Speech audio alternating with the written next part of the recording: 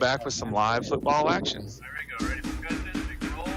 Football Friday night is here, and Hetty Auto Parts wants to say good luck to area teams. Is your vehicle ready for away game road trips? Visit Hetty Auto Parts for oil change bundles, wiper blades, headlight bulbs, and even vehicle detail supplies. Hetty Auto Parts is ready for another great season of high school football. Be sure to show your support to our area teams. Go get 'em, Wolves. Hetty Auto Parts, 745 East 2nd Street in Colorado City.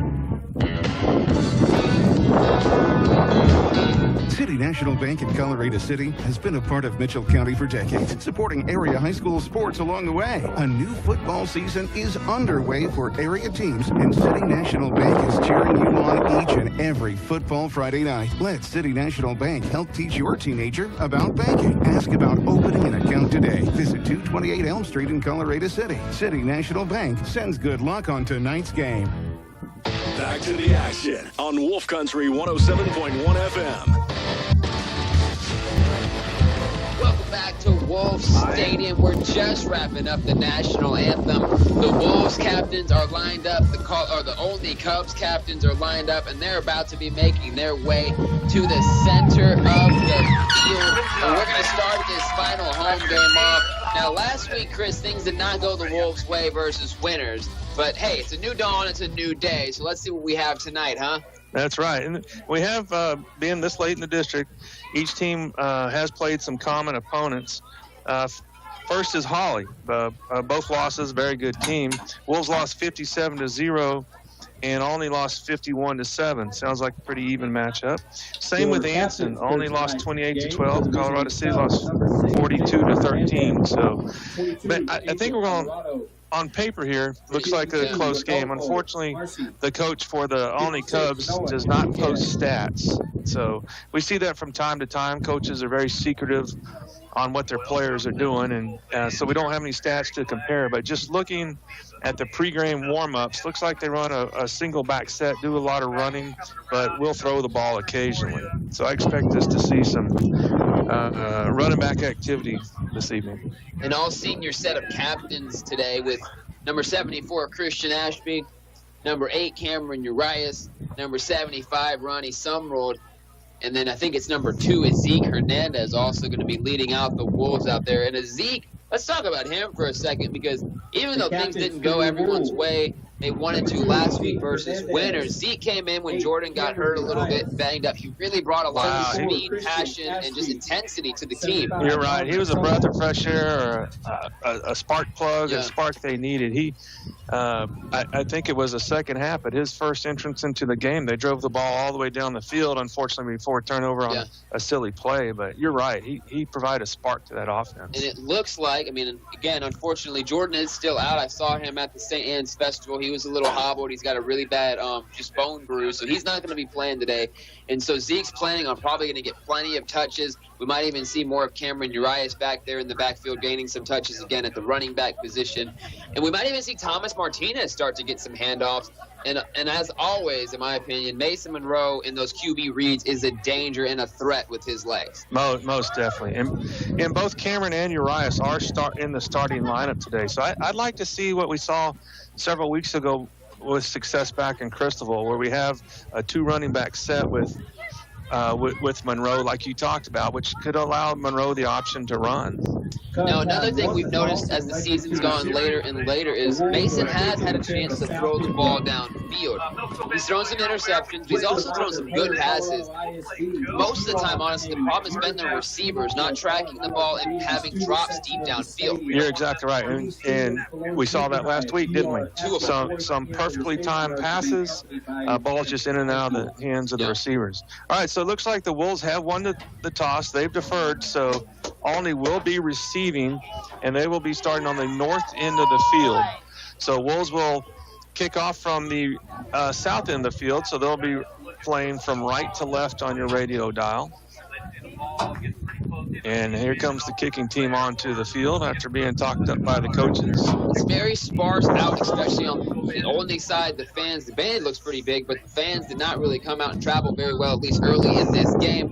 I wonder if some of that has to do with the weather and the temperatures a little bit, but it's not really that bad. We were just out there, and it's a little bit of a north wind, but temperature is still about 60, 65 degrees. Yeah, it's not terrible.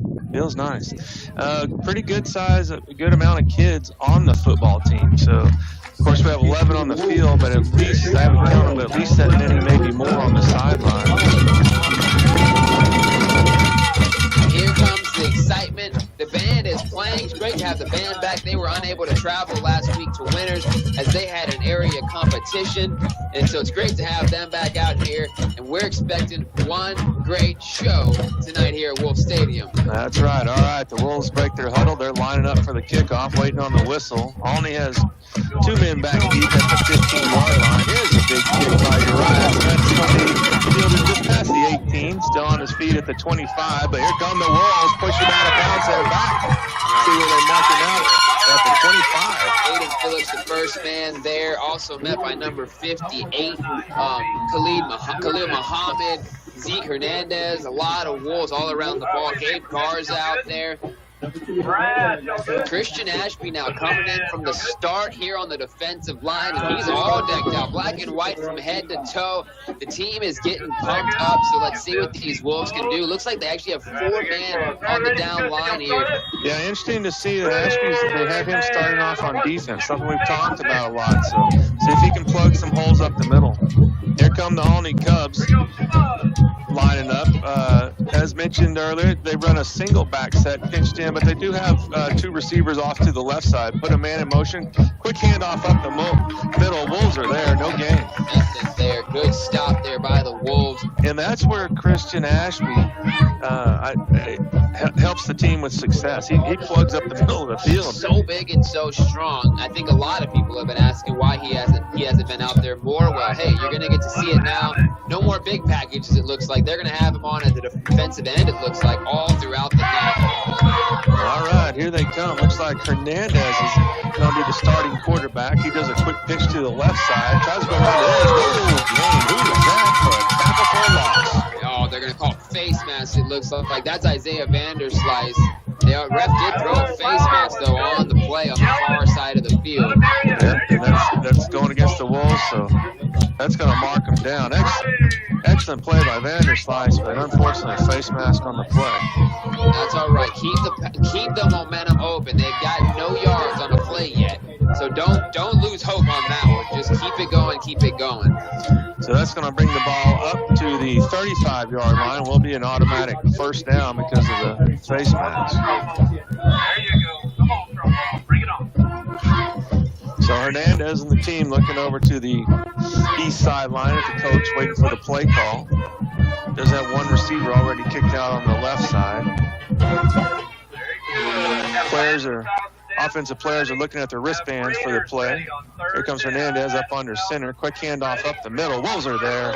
Shut him down right at the line of scrimmage. Yeah, and the offensive lineman, I'm kind of watching this matchup between Christian Ashby and the offensive lineman against him. That time a chop block there that didn't really do anything. It slowed him down, but, I mean, could you imagine going up against a big Christian there as an offensive lineman? Yeah, but I think just his presence causes a worry. Mindset, yeah. And they're going to be distracted trying to figure out or watch what he's doing rather than what they should be doing themselves. Yeah. And the rest of the defensive line, again, that was one of the bright spots, especially the first 4 or 5 games of the season. They really brought a lot of intensity to this.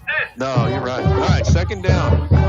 10 yards to the line to gain. Hernandez, quick handoff up the middle again. This time the Wolves weren't ready. Straight up the middle for a gain of about 8. That's number 33 for the Olney Cubs. Cy Dixon, senior, 5'6", almost nearly 200 pounds. So it's going to be marked out at the 44-yard line. Big game for the Cubs. They'll bring up third down. 2 yards to go for the first down. 9:43 here to go in the first quarter. No score. First drive of the game. Cubs on their 5th play of this first drive. Real tight package for these Cubs. Yeah, up under center once again is Hernandez. Drops back, hands off, tries to go around the right side.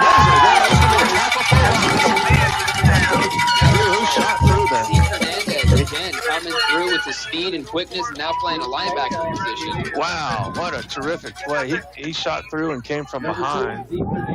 That's 4th down all the way back to the 38-yard line. And that's going to turn it into a punting situation. Trey Martinez is out there back deep to receive the kick here. One thing we didn't talk about is the Cubs, I was watching in the pregame, have a kicker with a big leg. All right, here's the punt. That ball bounces at the 35. Martinez going to let it go. Takes a Cubs bounce all the way down to about the 11-yard line.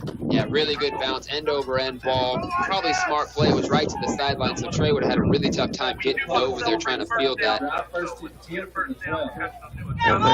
Yeah, mark that way down in Wolves territory. Yeah, smart play just to let it go.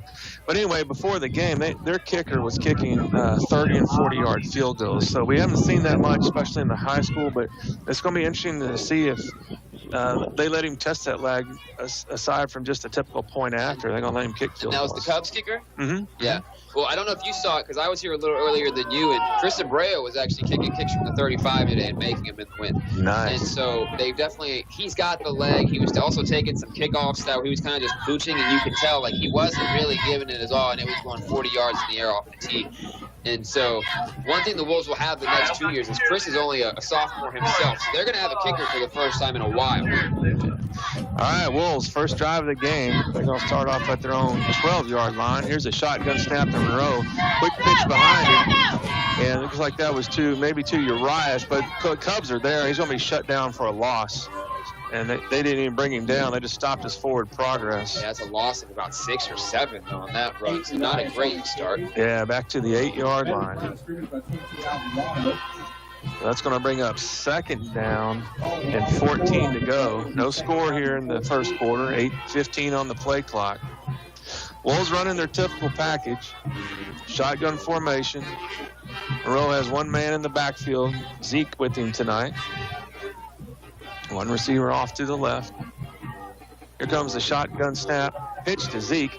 Monroe follows. Zeke is hitting the backfield and may have gotten up to the original line, or back to the line of scrimmage, but that'll bring up third down. Yeah, might have grabbed one there. No real deep coverage on that play, at least for this Cubs defense. So kind of just looked like man-to-man across the board and about 8 or 9 guys in the box. So something to keep looking at. Last week, they did test him early downfield before the Winners changed their defensive set. But now on a 3rd and long, they're probably going to shift it either way. Yeah, so this time looks like we're going to kick one off to the right side. I can't tell if that's Martinez, maybe Trey down there. It's kind of a different package than we've seen before. Yeah, keeping everybody else pinched in tight. Monroe has one man in the backfield with him. Shotgun snap. He's rolling off to the left. Man's coming. Here comes the pressure. He's going to be tackled in the end zone. Let's see if they mark that. There's a good chance. Let's see if they say he was down or not. Looks like the near side line judge might have said that he threw the ball away. Wow, Wolves got lucky, but there was a Cub player unblocked. Yeah, he came straight through. And weirdly, there wasn't really a receiver over there either, so you could maybe even go intentional grounding on that one. The ball definitely didn't get to the line. Yeah, and I'm not sure that setup, because that play call for Monroe rolled right into the player. Yeah. That was unblocked. But either way, definitely a 4th down. Urias, they're backed up. Urias going to have to stand in the end zone waiting on to catch the ball to punt. But they are going to call it as an incomplete pass. They're going to go with the near side line judge's call. Wow. Incomplete pass. So the Wolves might have caught a break on that one. You're exactly right. All right, starting the play clock again. Urias is standing back in the middle of the end zone. He's on the E for the Wolves. Waiting on the snap to punt. There's a whistle. There's a snap. There's a kick. Good high kick. Good high kick. It won't cross midfield. It's going to bounce around the 35 and just kind of takes a Olney bounce, and they'll be stopped around the 39-yard line, 38-yard line. So through the first 2 possessions, a battle of punts here, and you can see that Olney punt that bounces an extra 30 give or take yards. They really pinned the Wolves back deep, and that change of field position has now turned into good field position for the Cubs themselves, starting on Wolves territory about the 38-yard line here. Yeah. And they have a slight wind out of the north, so Wolves are playing into the wind. Yeah, that's good to know, too. And it was a stronger wind earlier today, but it's kind of lightened up as we've gotten a little later into the evening and now near game time. Got it. The Wolves defense, though, didn't give up anything. The biggest play that the Cubs achieved last drive was a 15-yard penalty. So, all right, here they come. Hernandez back up under center for these Cubs. They're starting on the Wolves 38. Missed play. He's going to keep it, and turns it into about a 3-yard gain. Yeah, it looked like the ball kind of even was jostled a little bit there. So down to the Wolves' 35-yard line. On this drive, Christian is not on the defensive line early, at least. They're giving him a little breath. Yeah, interesting. With such success. So maybe we're changing things up. Obviously, Christian in the play early and looks like a different offensive formation set, at least on a couple of plays for the Wolves. He is talking to Coach Caffey, so it looks like they're going to kind of decide something about him going forward. All right, pitch off to the left side. Around the corner goes the Cubs. And that's going to be enough for a first down for the Wolves, bringing the running back down about the 26-yard line. 20. Yeah, I didn't see who had the ball on that one. So about 11-yard gain. So first and 10 Cubs, no score in the game. 5:44 here to go, but Cubs are threatening. Have the ball down at the Wolves' 26-yard line. Last week there was one forced fumble caused by this Wolves defense. Ian Ashby's over on the sideline. Such a big part of the first drive stop of the Cubs. Cubs pitch off to the right side. Got a man going around the end. He makes it, and that's going to be a big gain of about 8. 8-yard gain. Ryland Center grabs him by the ankles. That's number 22, Angela Alvarado. Only coming in at 5'4", but a really nice run there. It's all the way down to the 17-yard line.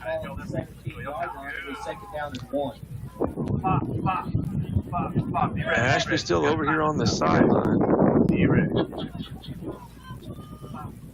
Yeah, that's one of those, you just gotta, I mean, if you're him, you just, I don't know, you know, again, we can't see it in the minds of some people, but.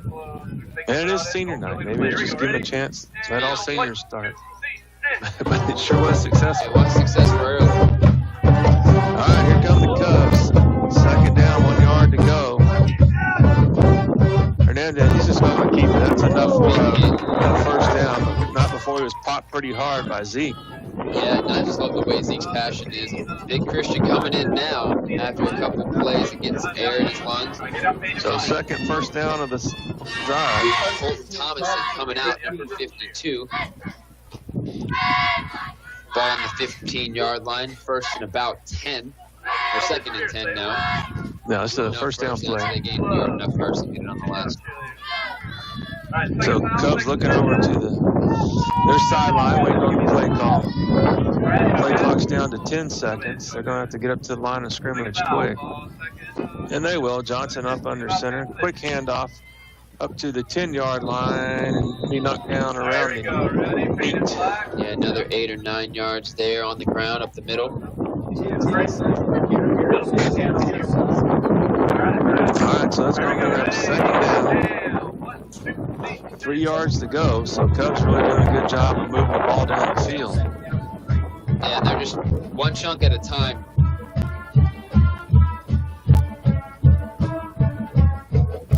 All right, they're taking their time once again. Play clock at 15, looking over to their sideline. We really haven't seen this very much. Any team really trying to draw out the clock against your fist, all the clock a little bit on offense. Especially not in the first quarter. Not in the first quarter. Here they come up to the line of scrimmage, 2 on the play clock. There's a flag on the play. Quick handoff. Wolves meet him at the line of scrimmage. Might be offside though because it is false start, so they just didn't blow the whistle quick enough. So that'll push the Cubs back. So we do have Ashby back in the game. Is this because we're in the red zone coverage? Or? Yeah, I don't know. I mean, I just don't know. I don't know what his stamina level would be. I mean, obviously he played the full defensive series. They got the ball back. He played the full offensive series. So maybe he just needed a couple plays to kind of re-grab his breath. And could be. Just very possible, you know. All right, so it looks like a holding call. It's going to bring it back, push the Cubs back to the 13-yard line. But it will remain second down. But it does seem like things have shifted again. Again, just since his presence is back on that defensive line. You're right. So now they're going to drop back, try to pass. Has a man open down midfield. Touchdown, Cubs. Yeah, a little throw right over Michael Martinez's head from the safety position. That's I think it's number 9 for the Cubs. Yeah, Cameron McCormack grabbing, or number 5, sorry about that. That was a 13-yard passing play. So that's the first blood goes to the Cubs as they get 6 on the board and they're setting up for their extra point. All right, so keep an eye on Nuncio here, their kicker, and see if he gets a good kick, how far it goes through. But it looks like he has a pretty decent leg. Oh, he's there. Dang. Almost blocked. Who was that? Was that Van? It's like Vanderslide's coming around the edge. Wow, so close. But the point after point is good. That'll put 7 points on the board for Olney. Let's send you back to the station for a 30-second break. We'll be back with more live football action. Mary's Cafe in Colorado City has been serving up tasty food for all of Mitchell County for years. Mary's is a big part of football Friday night, too, making sure customers get to hear the games on the radio while dining in. Be sure to stop in at Mary's and enjoy a delicious meal made fresh before you head out to the game. Mary and the whole Mary's Cafe crew want to send a big good luck to the team tonight. Visit Mary's Cafe today at 502 East 2nd Street in Colorado City. Call in orders at 325-728-8000. Go Wolves! Back to the field with the Colorado City Wolves on Wolf Country 107.1 FM. All right, folks, welcome back to Wolf Stadium. Olney Cubs are on the board first. After a 13-yard pass play, they now lead 7-0. So Wolves lining back up for the kickoff. See if they can change things up tonight. Well, it'd be interesting to see what the Wolves do on offense. Looked like they were running some different sets on their first drive. I don't know if they were trying new things out or maybe it was just because they were pinned back so far, but it'll be interesting to see what they come up with. Yeah, I totally agree. I'm interested to see that also because they didn't have any space, so they tried like an interesting end around kind of, and that put them even further back. And so from that point forward, things just didn't work out quite great. All right, so Cubs putting the ball on the tee. Nuncio, kicker with the big leg, is going to be kicking off. Or actually, no, yeah, that's Nuncio. We'll see what he does with it. Actually, just a kick down to the 20-yard line, kind of bobbled by the Wolves. They're going to have to jump on it. Yeah, Zeke just dropped it on that one. Good awareness by Nicholas Santana just to jump back on it. It's better field position than they had last time at the 25-yard line. So yeah, that's true, and a good sense to fall down on it rather than try to turn it into something it wouldn't be.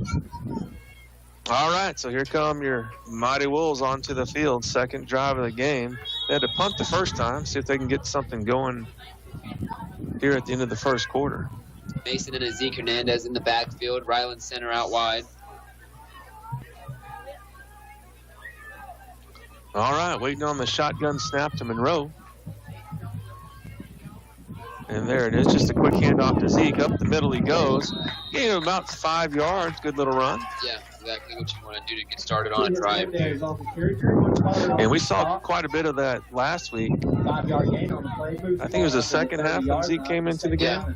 Seemed like every time he touched the ball, he provided a bit of a spark to that offense and was able to knock out 3 or 4 yards. Now, Jordan Garza will definitely be missed, not only at running back because he's their most powerful runner, but also at the linebacker position as he's a really good tackler, too, and that brings that senior leadership. All right, there's a shotgun snap. Takes the handoff to Zeke. Monroe keeps it up the middle. He's at the middle. He's first down. Chasing to the 30.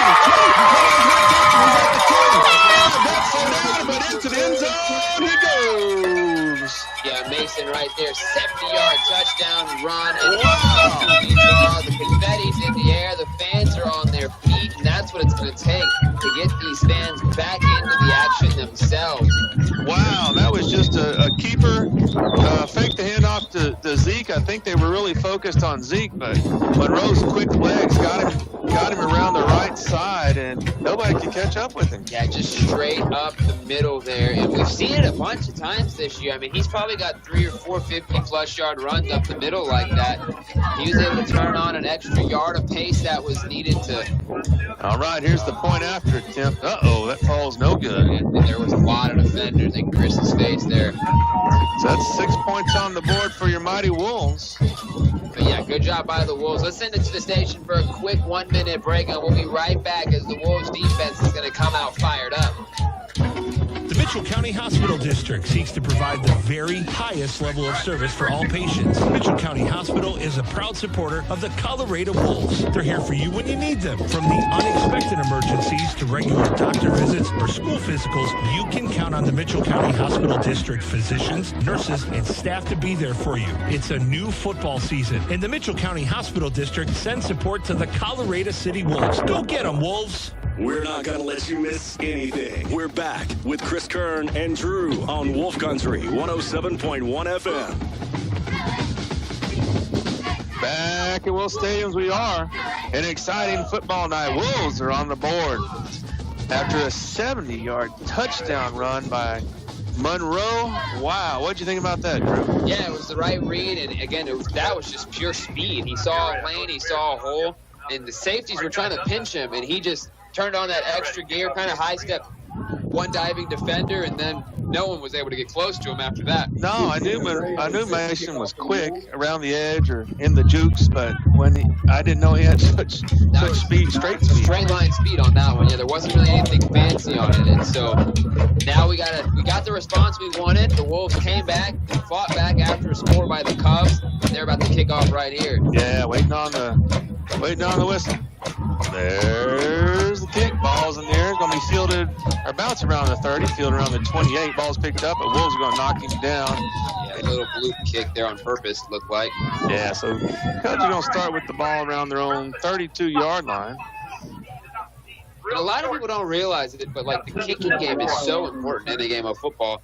And it's also a position that colleges are looking for any kicker that can make kicks, kick far, kick accurately, and has good composure. Oh, exactly right. As we see time and time again, if you can pin the opponent back deep on the other side of the field, oh, it gives your defense such a break. So here come the Cubs. Little conversation between the kicker and number 75, Ronnie Sumrook there. I wish we had like little mics so we could hear sometimes what they were saying, you know? There you go. Excellent. All right, here come the Cubs. First down, 18 seconds on the play clock. They put a man in motion. Hernandez up, and they're going to be flagged. And it looks like they jumped the whistle. Yeah, another false start. Once again, keeping an eye on Big Christian Ashby. He's first player too. Looks like right now he was not on the field on that first initial snap on this defensive possession. So we'll see when they decide to put him back out there after a bunch of offensive plays. Now that false start will move him back 5 yards. So they'll keep it at first down and make it 15 this time. Good down and distance for the Wolves defense to get the ball back. All right, Cubs, they're going to try it again. Taking their time, coming up to the line of scrimmage. Hernandez puts a man in motion. He's going to try to keep it, go up the middle. Wolves are ready for him, but not before he pushes them forward for about 3 yards. Yeah, great gains a couple, but a lot of Wolves there. Nice gang tackle. 74. Well, that's Christian Ashby right there. Did he go back out already? Maybe I had the wrong number. 72 out there. William Monpierre with the tackle, spearheading the tackle. All right, Cubs taking their time. Looking over to the sideline. Coach is giving his signal.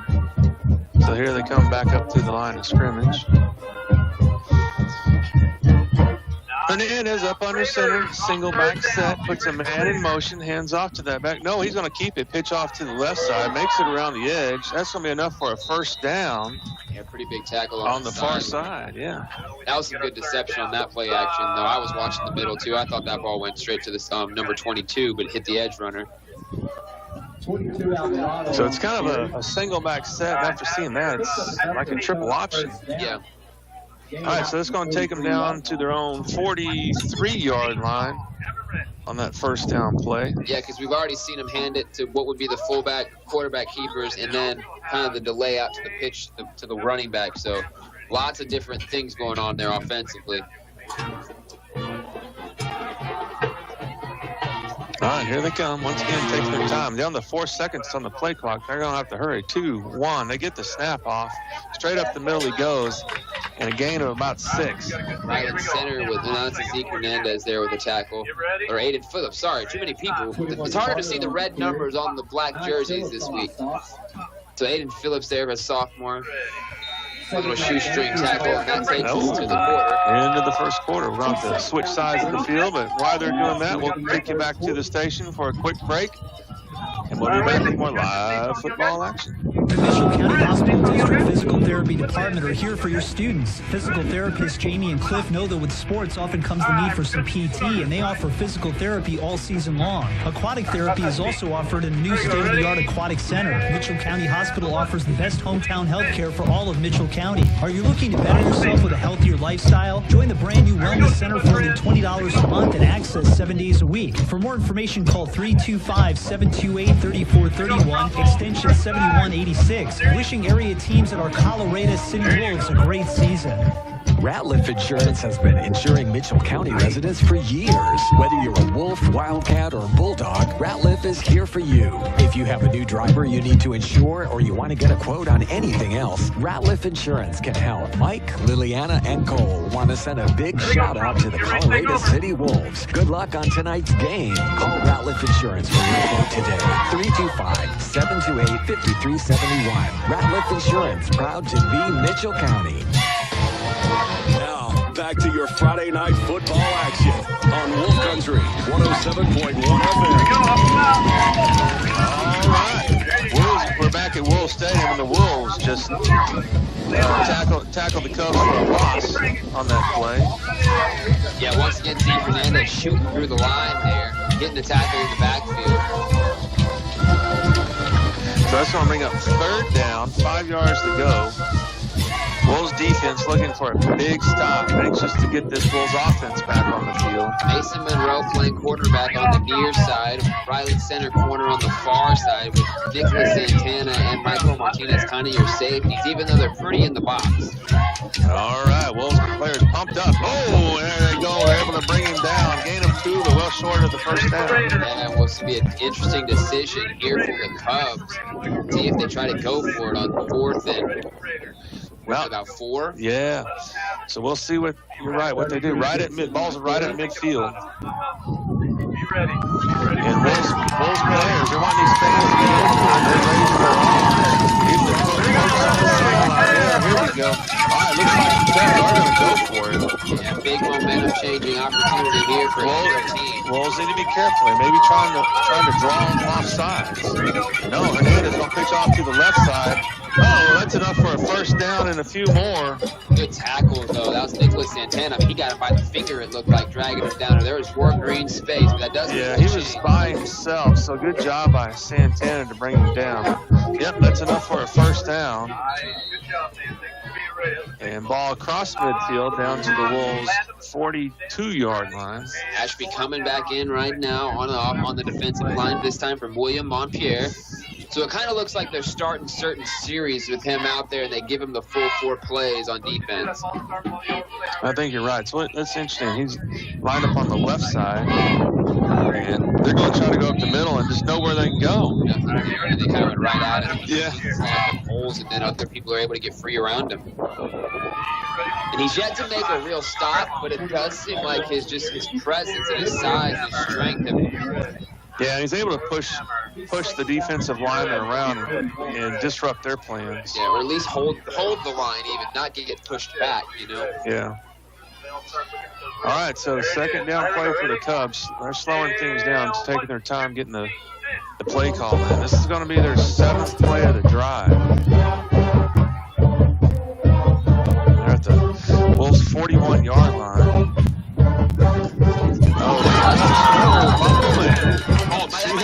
See who recovered it. Wolves are saying they have it.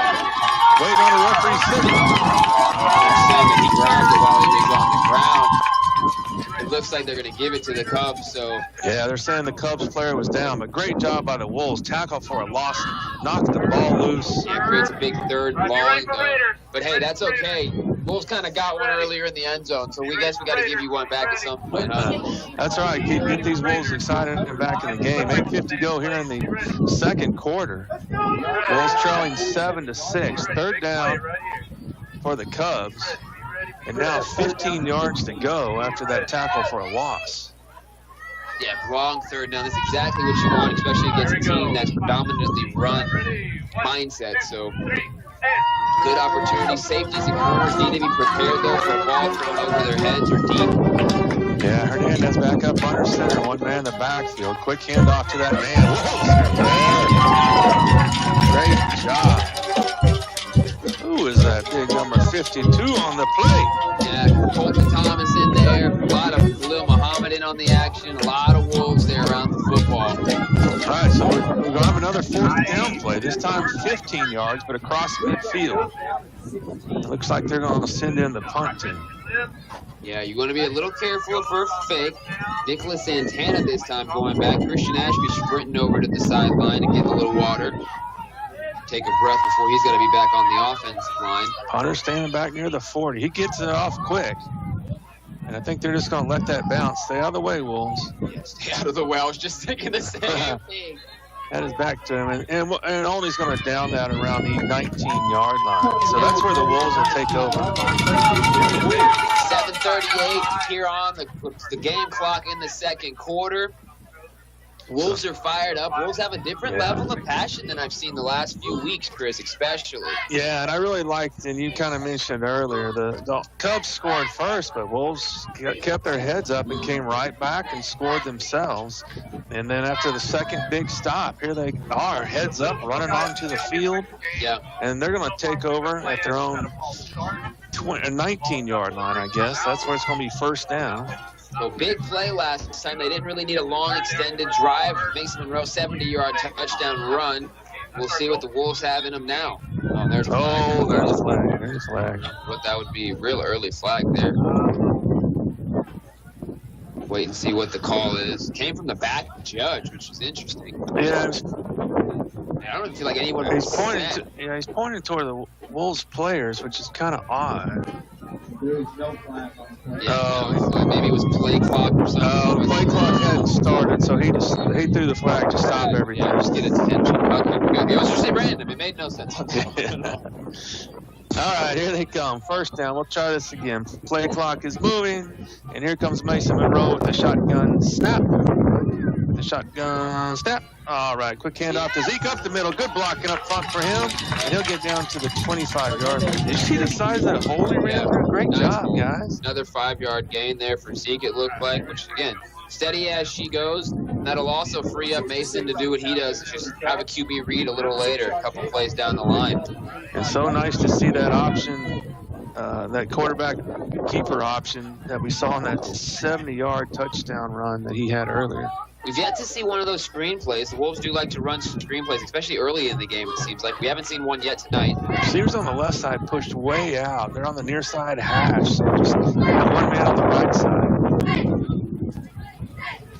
And they're going to be a quick handoff to Zeke again. Keep his feet going. Oh, wow, still on his feet. That's enough for a first down. All the way down to the 37-yard line. What a great run. I thought he was going to be stopped just outside the line of scrimmage. Yeah, for sure. He turned on a 2-yard gain into almost maybe an 8 or a 9-yard gain there. He signals for first down. We noticed that last week. Every time he got a first down, he was signaling. Yeah. And I'm glad he's on our team, so I don't mind, but I'm glad to see that. I'm just happy for the enthusiasm. Yes, I am. Yes. Small victories, every step, small victories down the field, all the way to the big one that matters, which is putting points on the board. Yeah, it's kind of like Anolis Garcia, the Rangers. If he's acting like that, he's on your team, you're fine, but if you're on the Astros, you don't like it. Let's see what happened. Their first pitch was at 7 o'clock. Let's see if he hit a home run yet. He probably has. All right, first down play. Shotgun snap, give it back to Zeke. What's he going to do with it? Yeah, I'll give you 5 yards. All the way down to the 41. Great run, guy. Yeah, and one thing that's really impressive with Zeke is they ripped his helmet off, it looks like there at the end. So no. He's going to have to come off the field for one play at least. They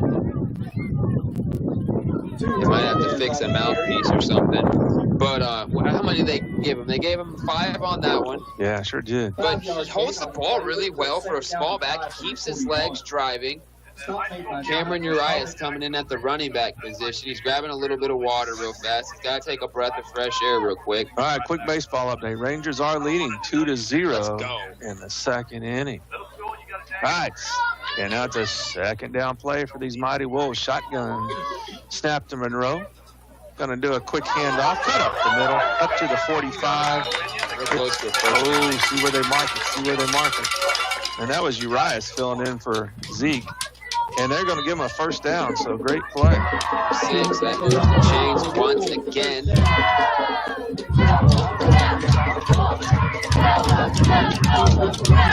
So the Wolves drive the ball now, 2 straight first downs here on this drive. 5 minutes, just under 5 minutes here in the second quarter. Yeah, it looks like Trey Martinez is going to be the lone receiver off on the near side.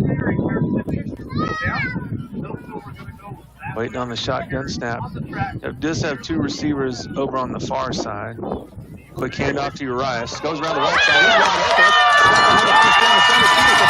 He's at the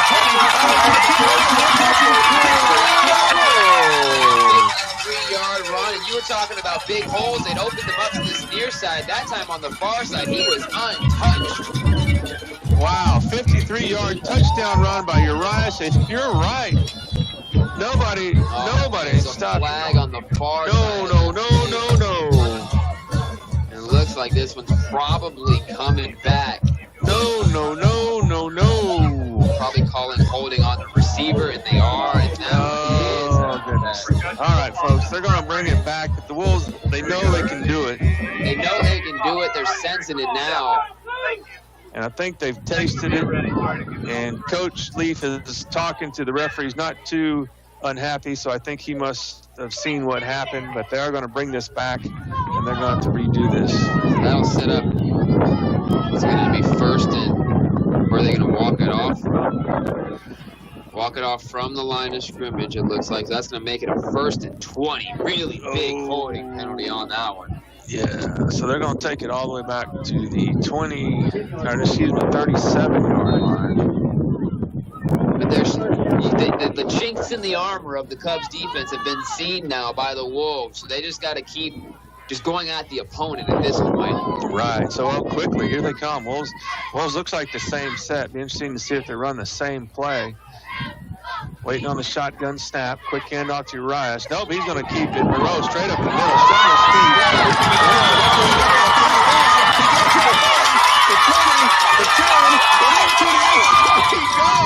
Way to go, Wolves! Yeah, so, hey, then why have 53 when you can do 63, huh? Oh, now we're just showing off. I love it. Wow, what another big touchdown run. So, did they hang their heads when the Urias They did not. run was called back? No, they went right back at him. And that was turned into how far was that? 63 yards 63-yard touchdown run. So Mason Monroe, 2 touchdowns or 133 yards on the ground on 2 run attempts. Again, you don't want to take away from Cameron. I know he wants his touchdown, but hey, Wolves score, and they have a chance to now take a 7-point lead if they can go ahead and punch. Oh, no, and they're going to try a two-point conversion, but luckily the referees were not ready because they've been jumping at the line of scrimmage. Well, Wolves linemen They're gonna have to cross the line. Yeah, they're going to have to call a timeout. And this timeout's brought to you by Ty Wood, attorney at law. Ty and his staff supports the Wolves and encourages you to do the same. Gotta Wolves. Ty's office is downtown Colorado City at 249 Walnut.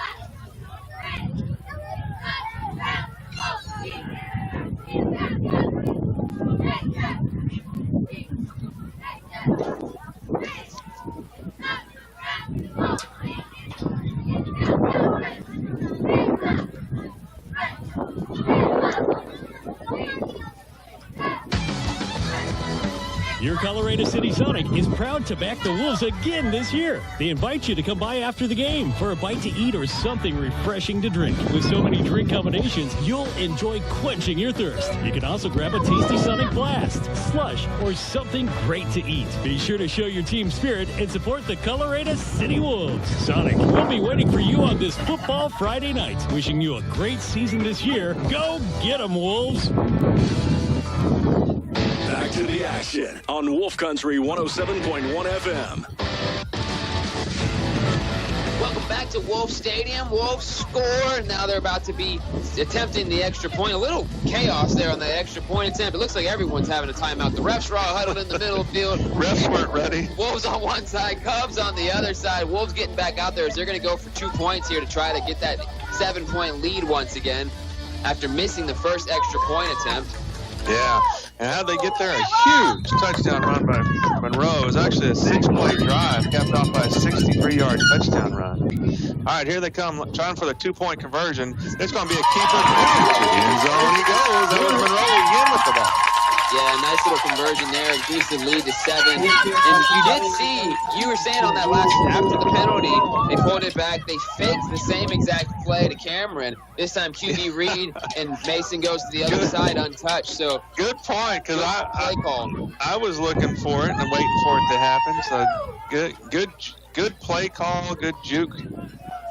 So that's awesome. So that'll put the Wolves up 14-7. We don't get to say this often, folks, but the Wolves are leading this game. 14 to go here in the second, or before the halftime.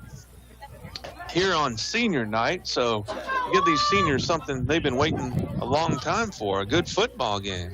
Yeah, the Wolves, you can see the energy, the passion starting to slowly build, their confidence building up as they're about to step on the field to kick this off here. We do want to invite you to join us at our halftime show tonight for the new addition to our Football Friday nights.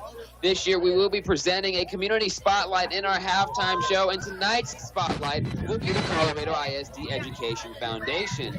You can learn what they're doing in our community and also how you can support this great organization making a difference right here in Colorado City. It happens tonight at halftime and is presented by Ty Wood, attorney at law. All right. Wolves are lined up to kick the ball. They now lead 14-7, 4:10 to go before the first half. Big booming kick. Going to be fielded around the 10-yard line up to the 15, to the 20, to the 25, where the Wolves finally push him out of bounds around the 30. Yeah, Nicholas Santana driving him out of bounds to 33-yard line. Wolves defense steps back on the field. Isaiah Vanderslice has some pep in his step.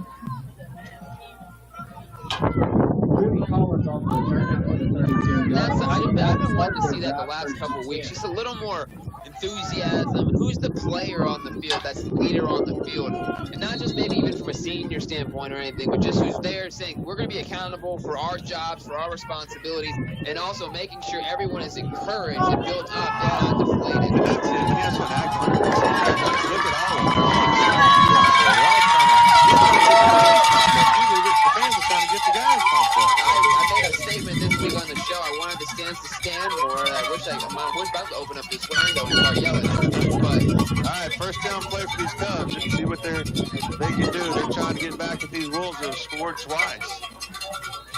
Fernando, that's going to be a false start. So they're intimidated by this big Wolves defense. Push them back, push them back. So that is going to mark it back. That's Wolves wanting the energy up. They want the love. They want to feel the crowd that is here out to support them and showing for them. Back to the 27-yard line. First and 15.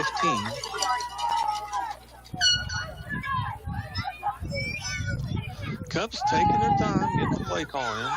Right at 4 minutes to go here before halftime. Slow offense got to the line of scrimmage. Here they go, Hernandez. Below center. Quick handoff. Around the right side. He's up to the 30. Still on his feet at the 35. Looking at the first down at the 50. Across the field down to the 30. To the 20. One man to beat at the 5. He beats him. Touchdown, Cubs. Cubs respond right. Whoa, there's a flag. I don't know if it's where's that? Excessive celebration in the end zone. That was number 4, Chris Hernandez for the Cubs, and that's a long one. That would have been a 73-yard touchdown run. We'll have to wait and see. Looks like the refs are not thinking about walking this one back, so it looks like this is going to be tacked on after the extra point and on the return. Wow, so no personal foul, Wolves. Wow. So big run, though. So Cubs right back in it, now looking to tie. It didn't take long for them to punch back themselves. No, nothing fancy about that play. I mean, they do their option, but just came around the left side, was able to break a couple of tackles, and been off to the races. So they're going to try the point after attempt.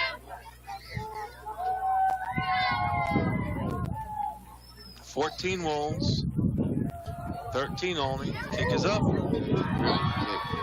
And kick is good. So the score is now tied 14-14, 3:37 to go here before halftime. The Wolves will get the ball right now. They also get the ball at halftime. Is that right? Don't they get the ball at halftime? Yes, because the Cubs started the game. They received in the first half. So a good opportunity. Again, not what you wanted, but a good opportunity to reset, get some points on the board, get the ball back, get some more points on the board, and extend that lead these next two possessions for the Wolves. All right, let's see how they react. Yeah, let's see how they respond. Do we keep this intensity up? Do we say not in our house and get it back?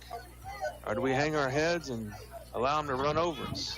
Yeah, at some point you want to see the fight and the foot get put in the ground. I'm not getting driven back anymore. So here comes the return team coming out there. Really, the Wolves haven't had a chance to have a really decent return. The most dangerous return man all season for the Wolves has been Thomas Martinez. Oh, yes, I'd like to see.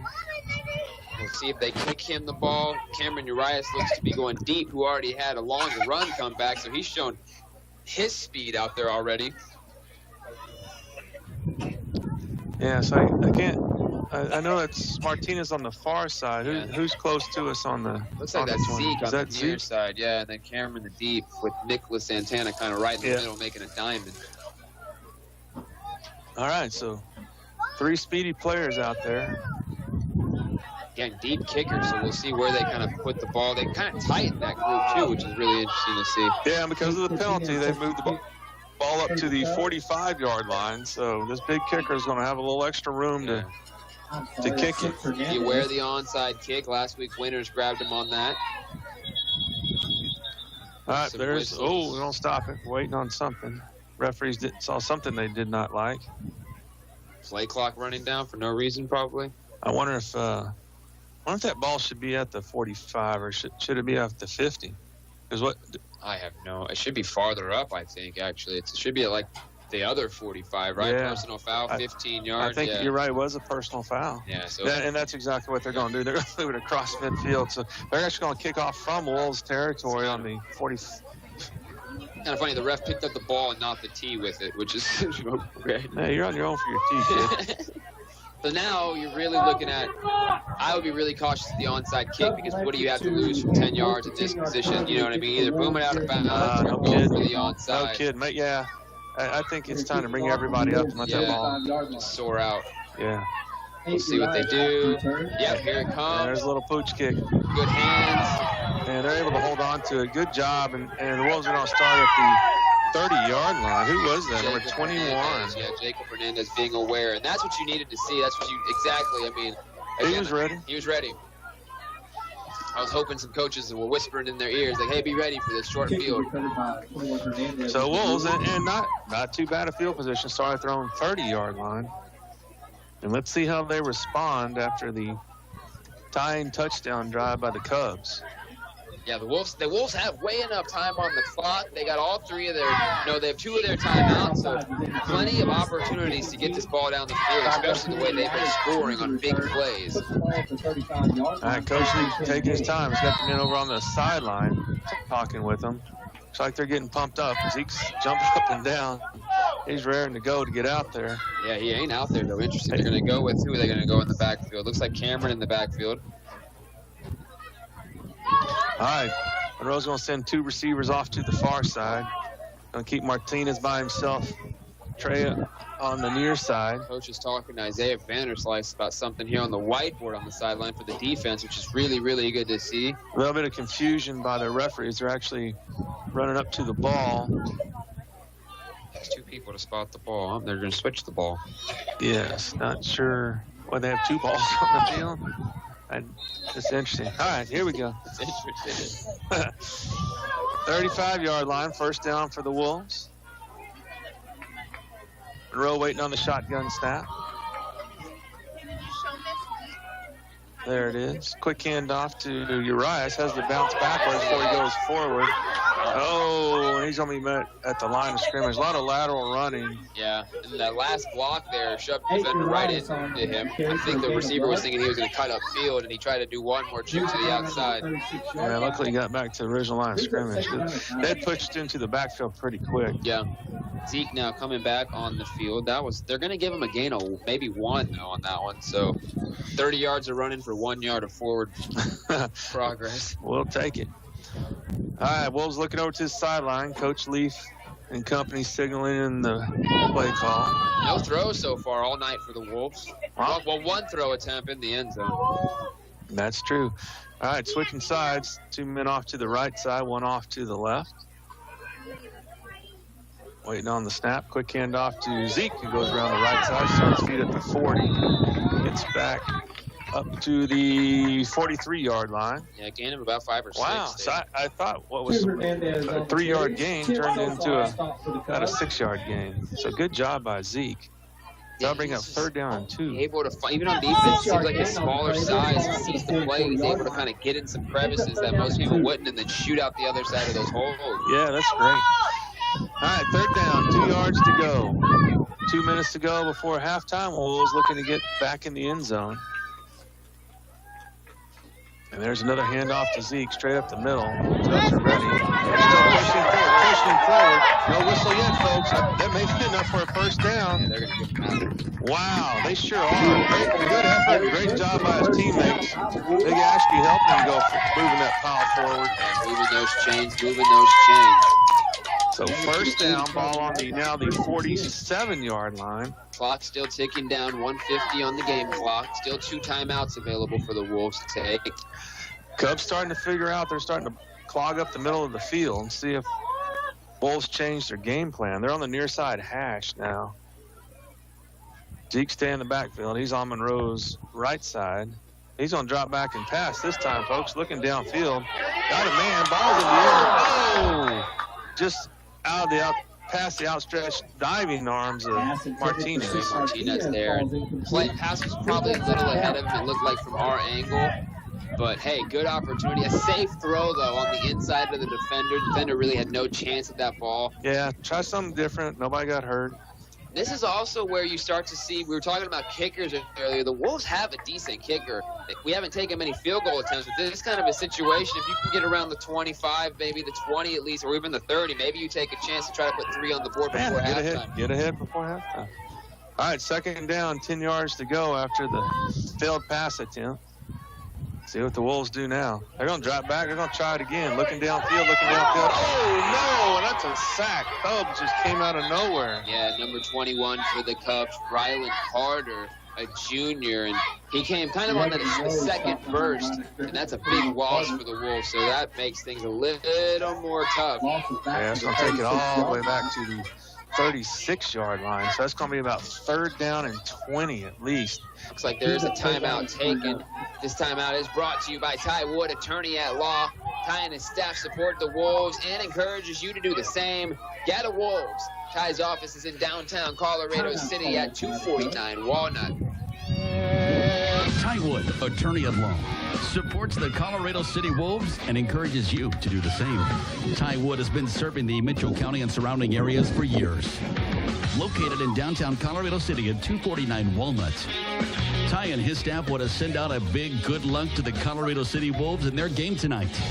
Ty Wood, attorney at law, proudly supporting the Colorado City Wolves. Go Wolves!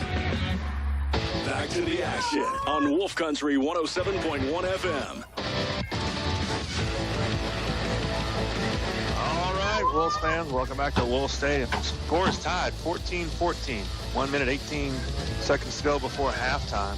Wolves still in a timeout, but I think there's enough time on the play clock for them. What do you think, Drew? Yeah, I mean, I think you got to be wise, though, also. Knowing you're going to get the ball back at halftime, you don't want to do too much to put yourself in a terrible position. Olney also has 2 timeouts, and they've scored on some big plays here also. So, again, there's always the risk-reward balance that they got to find the happy medium between. Not a big 3rd down play, 3rd down and 20. That sack was huge. That sack really did change the mindset of this drive, I think, going forward. I kind of expect you just to see a run, It might be probably a QB keeper that would be my guess. I would probably run some sort of fake to Cameron, let Mason see if he can work some magic, get the ball a little further down the field. Yeah, have had a lot of success. This time, 2 men split off to the right or left side. 1 man here on the near side hash. Quick hand off to Urias off the right side. He's around the edge. Gain of about 8, but not yet up to the original line of scrimmage. Yeah, so now we'll have to wait and see. Is there another timeout called? It looks like there is. All right, this timeout is brought to you by Ty Wood, attorney at law. Ty and his staff supports the Wolves and encourages you to do the same. Got a Wolf. Ty's office is downtown Colorado City at 249 Walnut. Ty Wood, attorney at law, supports the Colorado City Wolves and encourages you to do the same. Ty Wood has been serving the Mitchell County and surrounding areas for years. Located in downtown Colorado City at 249 Walnut. Ty and his staff want to send out a big good luck to the Colorado City Wolves in their game tonight. Ty Wood, attorney at law, proudly supporting the Colorado City Wolves. Go Wolves! Back to the field with the Colorado City Wolves on Wolf Country 107.1 FM. Welcome back to Wolf Stadium. That timeout was taken by the Olney Cubs, so they have 1 timeout remaining. They're looking to get the ball back with about a minute left.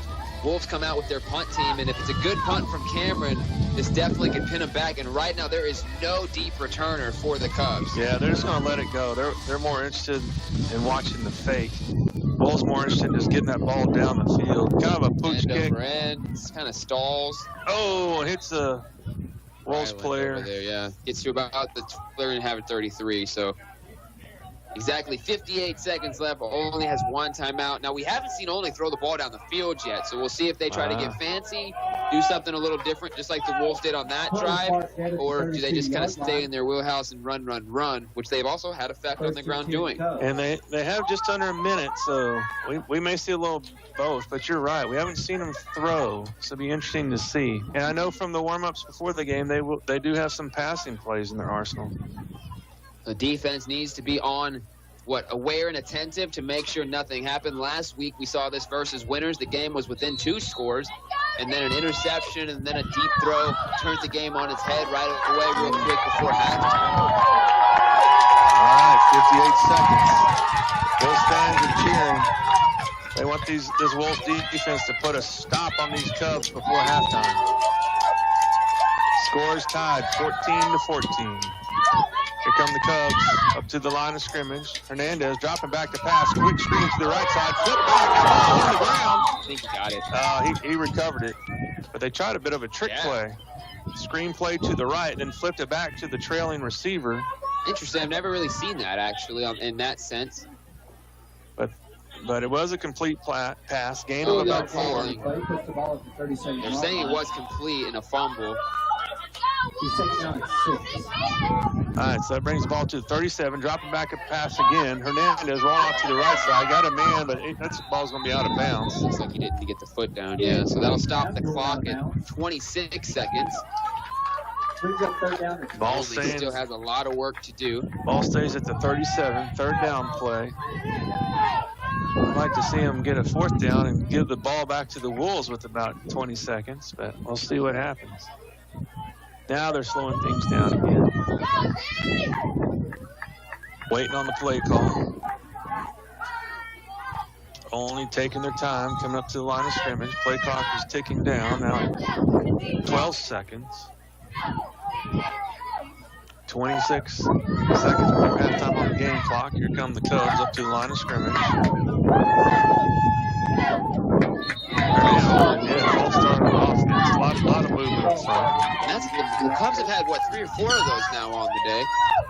I think they do a lot of, and not really trickery, but a little motion. Yeah, a lot of options, a lot of motion, and I think sometimes they get their signals crossed. Bring in Trey Martinez from Michael Martinez now to play a little safety. Trey has a little better ball skills in the air. Now there's only 26 seconds left. Yeah, 3rd down and 11. The Wolves actually have a chance to get the ball back. We'll see what the Wolves or the Cuffs try to do if they get to a 4th down. And they have the ball on their own 32. Quick handoff goes around the left side. He breaks the edge. Wolves are there to slow him down. And they'll bring him down. But not before he gets to see where they marked him well, up to the 38-yard line. It looks like they're not going to call a timeout. Looks like the Wolves are just going to let this thing ride itself out and get to halftime. Yeah, 6 seconds, 5 seconds on the play clock. Nobody's going to stop it. That is halftime. So the Wolves will go into half 14-14. Chris, we got the halftime scoreboard coming up. We got our community spotlight coming up. We also have our half-game show coming up. So all that's on the way. Let's send you back to the station for a quick 2-minute break, and then we'll be back with all of that and plenty more. Sterling Burleson, attorney-at-law, is proud to present the halftime scoreboard update during tonight's broadcast. Attorney Sterling Burleson has an office in downtown Colorado City at 156 East 2nd Street. Call 325-728-9025 to reach his office. Sterling Burleson, attorney-at-law, wishing all area schools a successful season. Texas Lone Star Title, located in Colorado City, is proud to be part of Friday Night Football. Texas Lone Star Title supports the Wolves and is Mitchell County's only locally owned title company. When buying or selling a home, be sure to tell your realtor that you want to close with Amy Wood at Texas Lone Star Title, your fast, reliable hometown title company. Downtown Colorado City at 120 West 2nd Street. Call 325-728-2601. Proud to support the Wolves and all area teams. Do you want to have your business featured on the Wolves football broadcasts? Then contact Wolf Country 107.1 FM to get the details on how you can be part of the action and support the Wolves. Email us at wolfcountryfm@gmail.com. Message us on the Wolf Country Facebook page or call the studios at 325-728-5530. Support the Wolves and connect your business to fans every Friday night during football season. Space is limited. Contact us for advertising details today. We are Wolf Country 107.1 FM, your home for Colorado Wolves football. Football Friday night is here, and Hetty Auto Parts wants to say good luck to area teams. Is your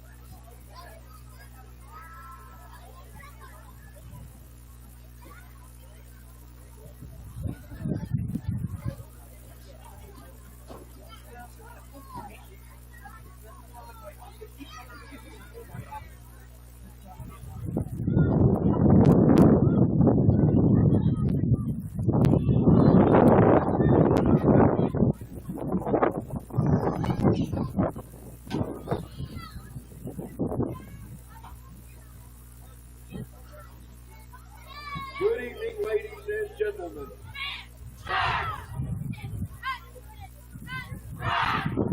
Olney Independent School District makes great pleasure in presenting the 2023 edition of the Pride of Olney Marching Band. Tonight, the Pride would like to present the last road performance of To the Heaven. Music written by Dallas Bayless for the Pride of Olney for 2023. Movement 1, Looking Up. Movement 2, Anti-Gravity. Movement 3, Under the Stars. And Movement 4, The Infinite Beyond. And now, the 2023 Pride of Olney under the real direction of Senior Drum Major Michaela Torres. Drum Major, is your band ready?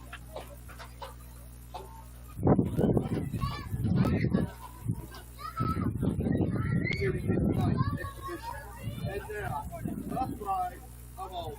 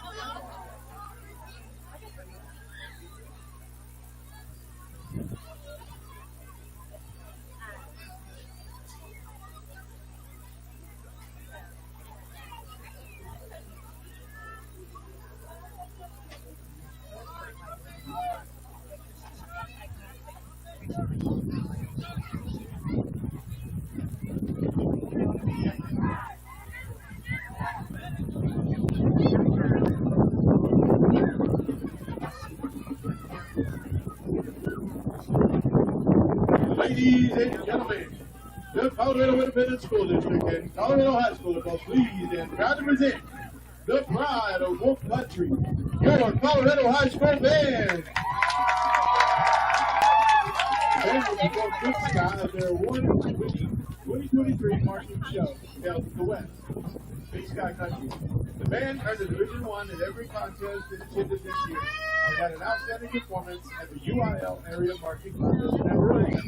Drum majors are Lucy Foster and Evelyn Laura. Marcher of the week is Carol Martin.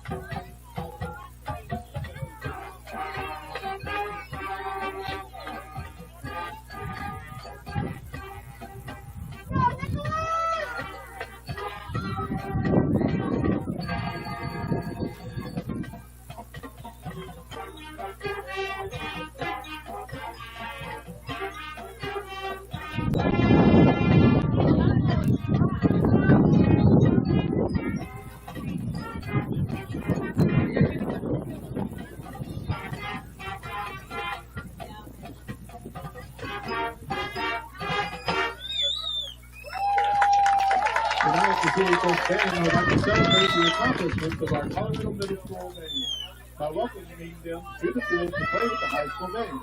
Please help us welcome the Colorado Middle School band to the field with your applause. The combined bands will perform Freeze Frame, Land of a Thousand Dances, and the Hay Song.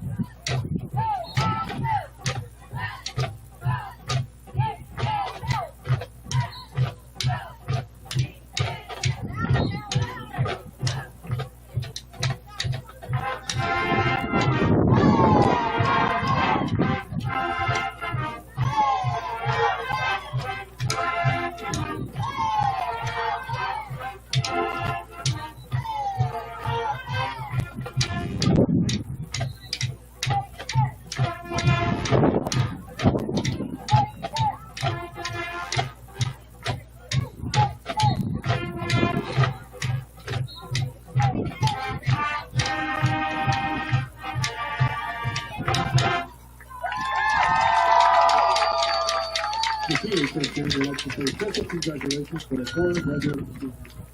Let's give one more round of applause to our Colorado Middle School band. And also a special thanks to Hattie James for Reteach for their donation for flowers for our band lounge.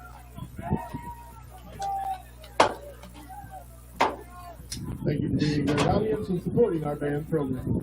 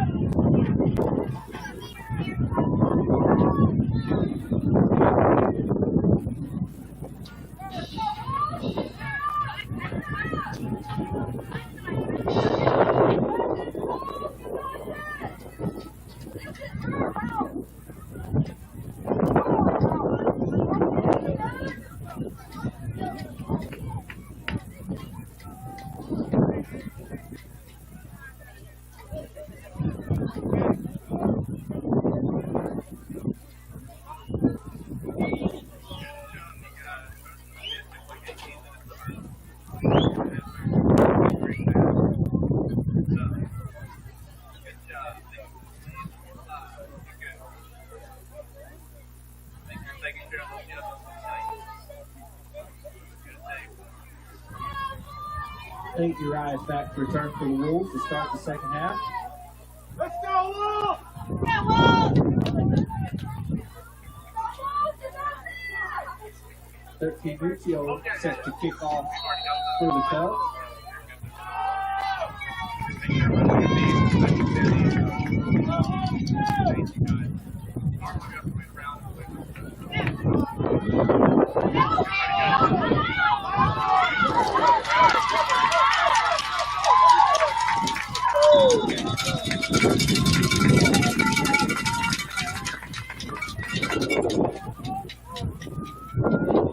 For Santana on the return, there's a flag on the return.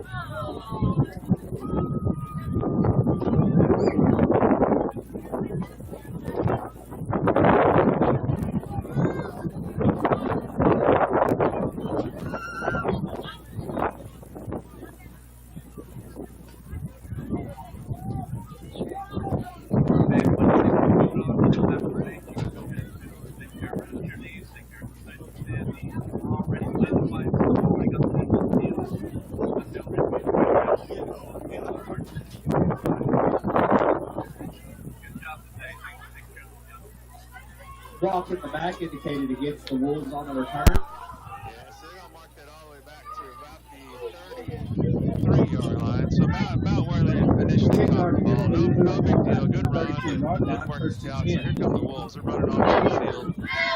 I don't think that upset them. They're ready to go. Coach is having a little conversation with the near side referee. Wolves, though, in their shotgun formation, 2 wide receivers left, 1 to the right.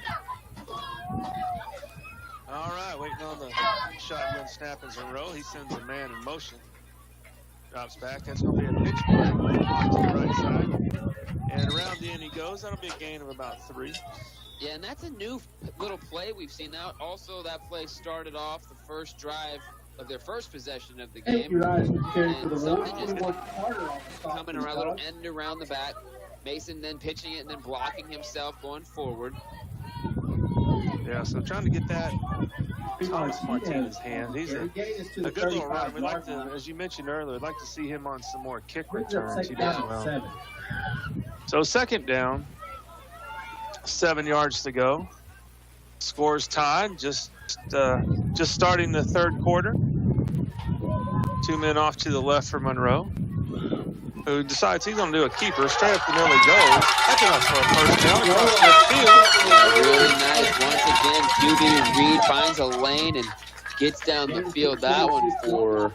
Yeah, down to about the 46-yard line across midfield. Yeah, I'm trying to calculate it in my brain. What is that, like a 20-yard run almost? I think it's 19. 20.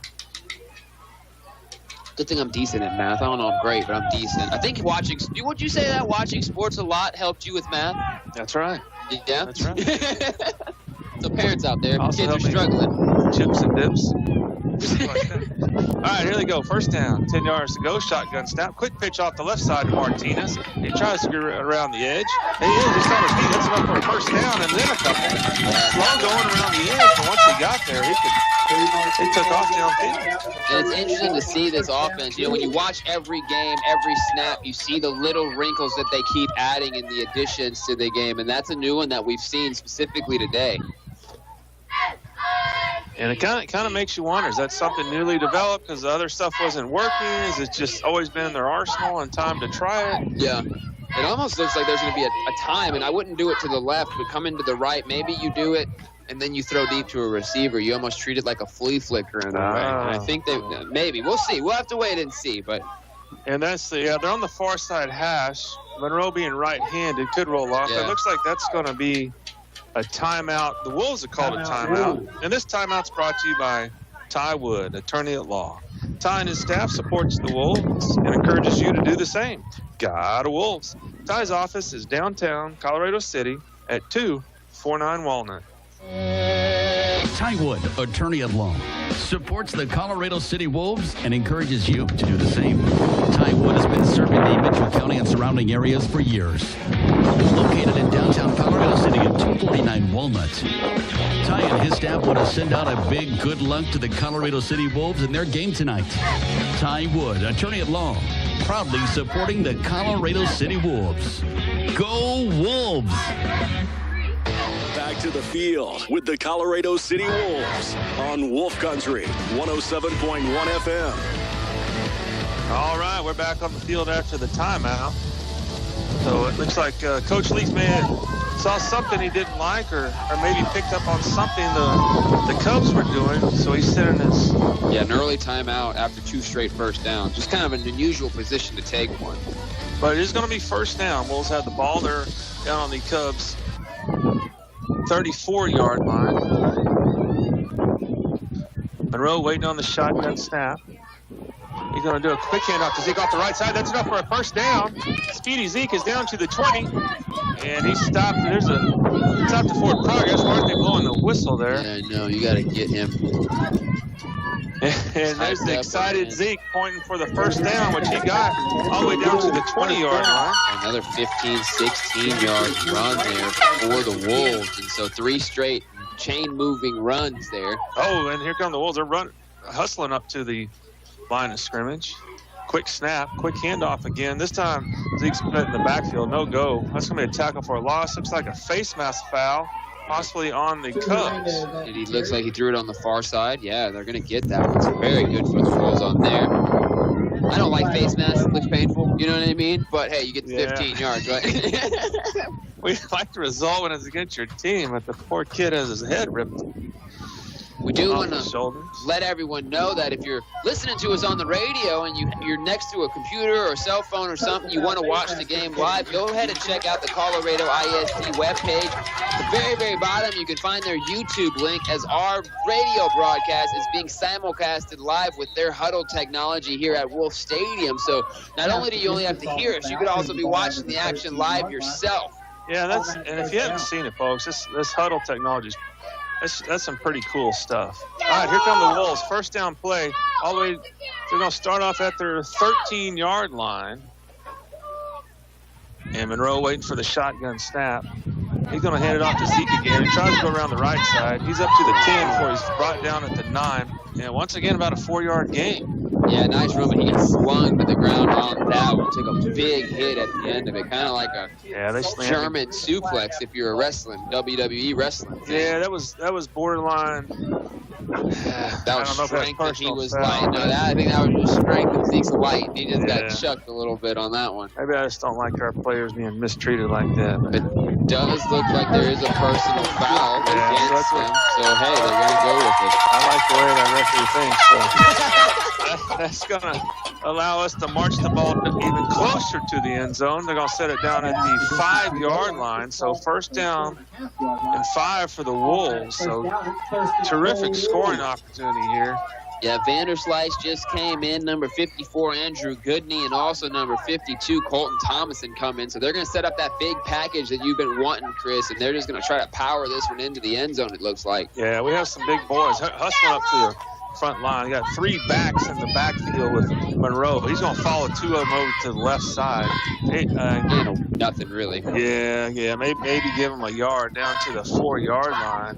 That play just didn't seem to play out like they expected. Yeah, just a good push, though. Hey, you got a bunch of chances to push it in, so let's see what you can do. I wonder if that's kind of what Coach Leaf saw. Since they've called that timeout, they've been quick to the line and just kind of power.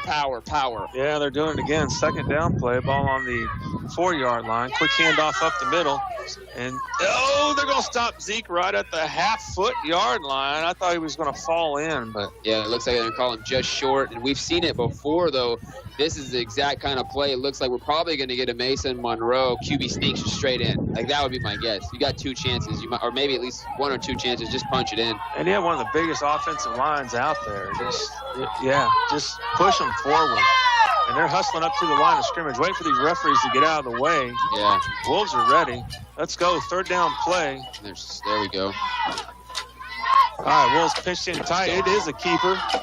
It looks like they're going to fall forward, waiting on some hands to raise. Touchdown!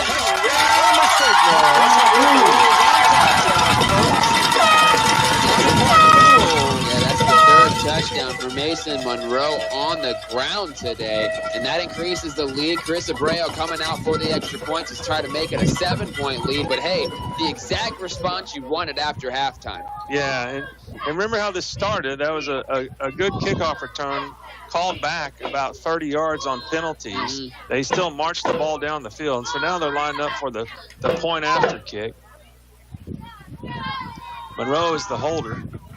There's a kick. And that kick is good.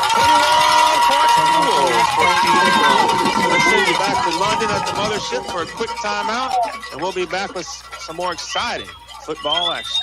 Ratliff Insurance has been insuring Mitchell County residents for years. Whether you're a wolf, wildcat, or bulldog, Ratliff is here for you. If you have a new driver you need to insure or you want to get a quote on anything else, Ratliff Insurance can help. Mike, Liliana, and Cole want to send a big shout out to the Colorado City Wolves. Good luck on tonight's game. Call Ratliff Insurance for your quote today. 325-728-5371. Ratliff Insurance, proud to be Mitchell County. We're not going to let you miss anything. We're back with Chris Kern and Drew on Wolf Country 107.1 FM. Welcome back to Wolf Stadium. Wolves get on the board in their first possession here in the second half and increase their lead by 7. Now 21-14. The team's fired up. The coaches are fired up. The fans actually look a little chilly out there, but I know they're fired up in there. Even the radio announcers. And we're fired up for sure. I always love to see some good football and a win.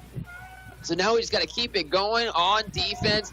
Chris Abreu just putting the ball down on the tee, and we'll see what these Wolves come out and do here on this defensive possession that they're about to take the field on. All right, so an 8-play drive, the Wolves scored on that last time, capped off by the 1-yard touchdown run.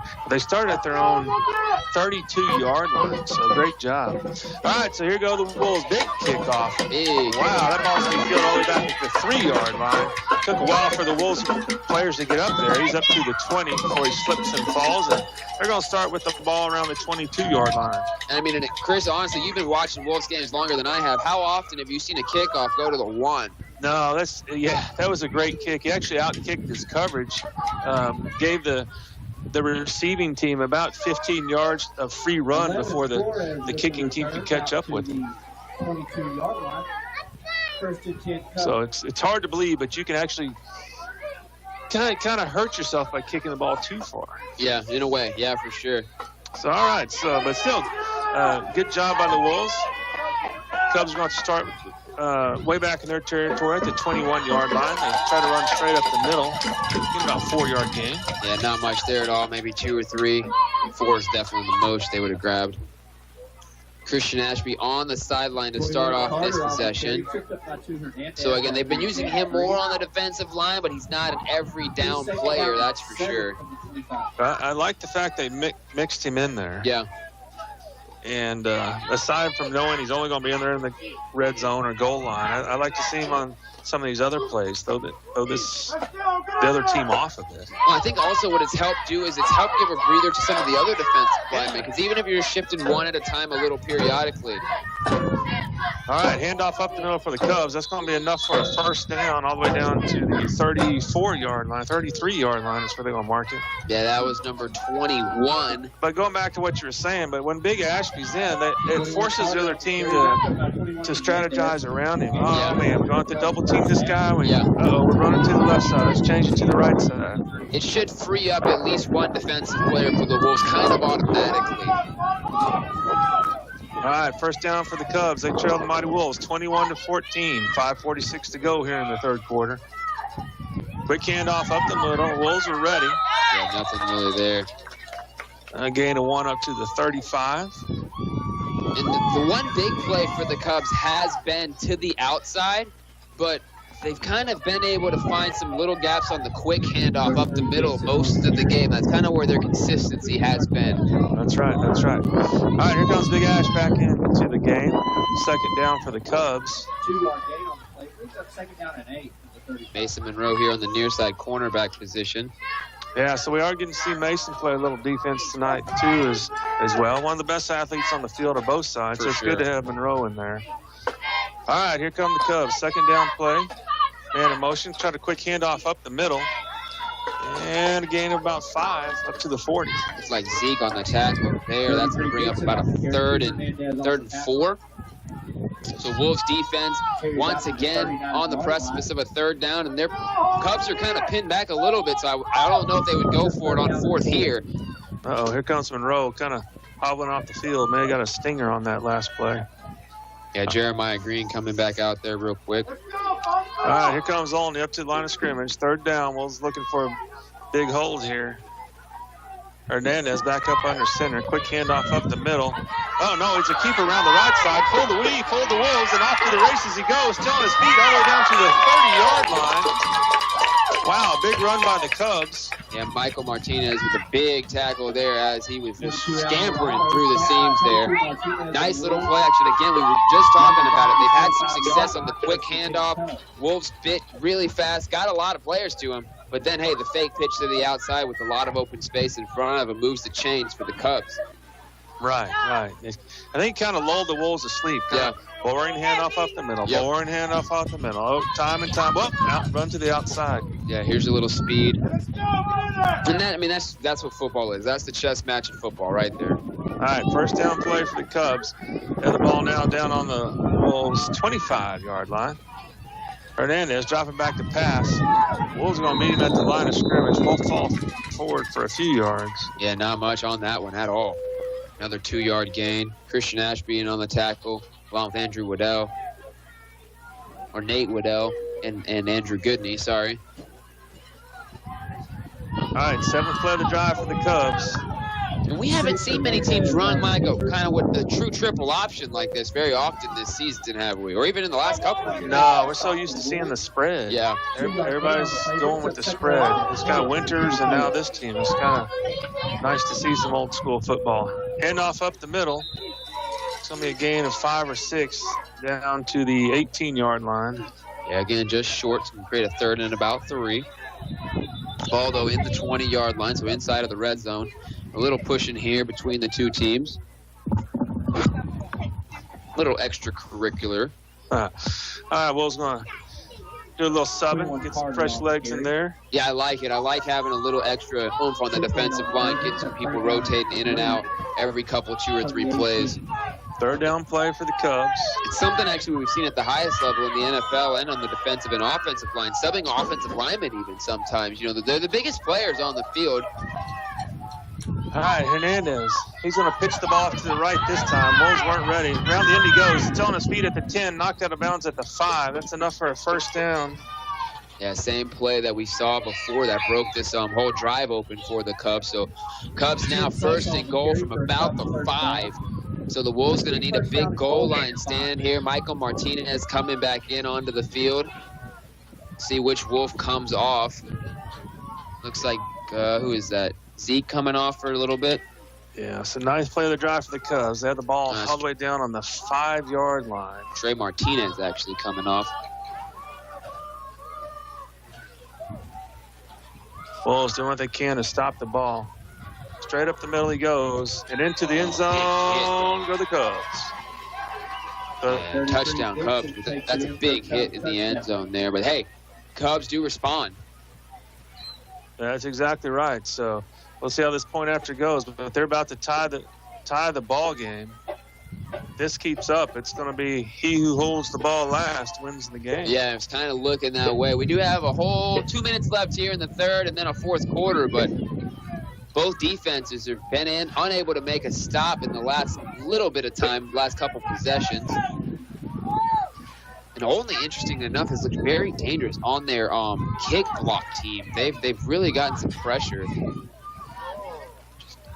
Oh, and the ball is up, and it is good. So the point after is in, and Olney has tied the game. 21-21, 1:52 to go here in the third quarter. We'll send you back to the mothership and let London babysit you for about 30 seconds, and we'll be back with some more live football action.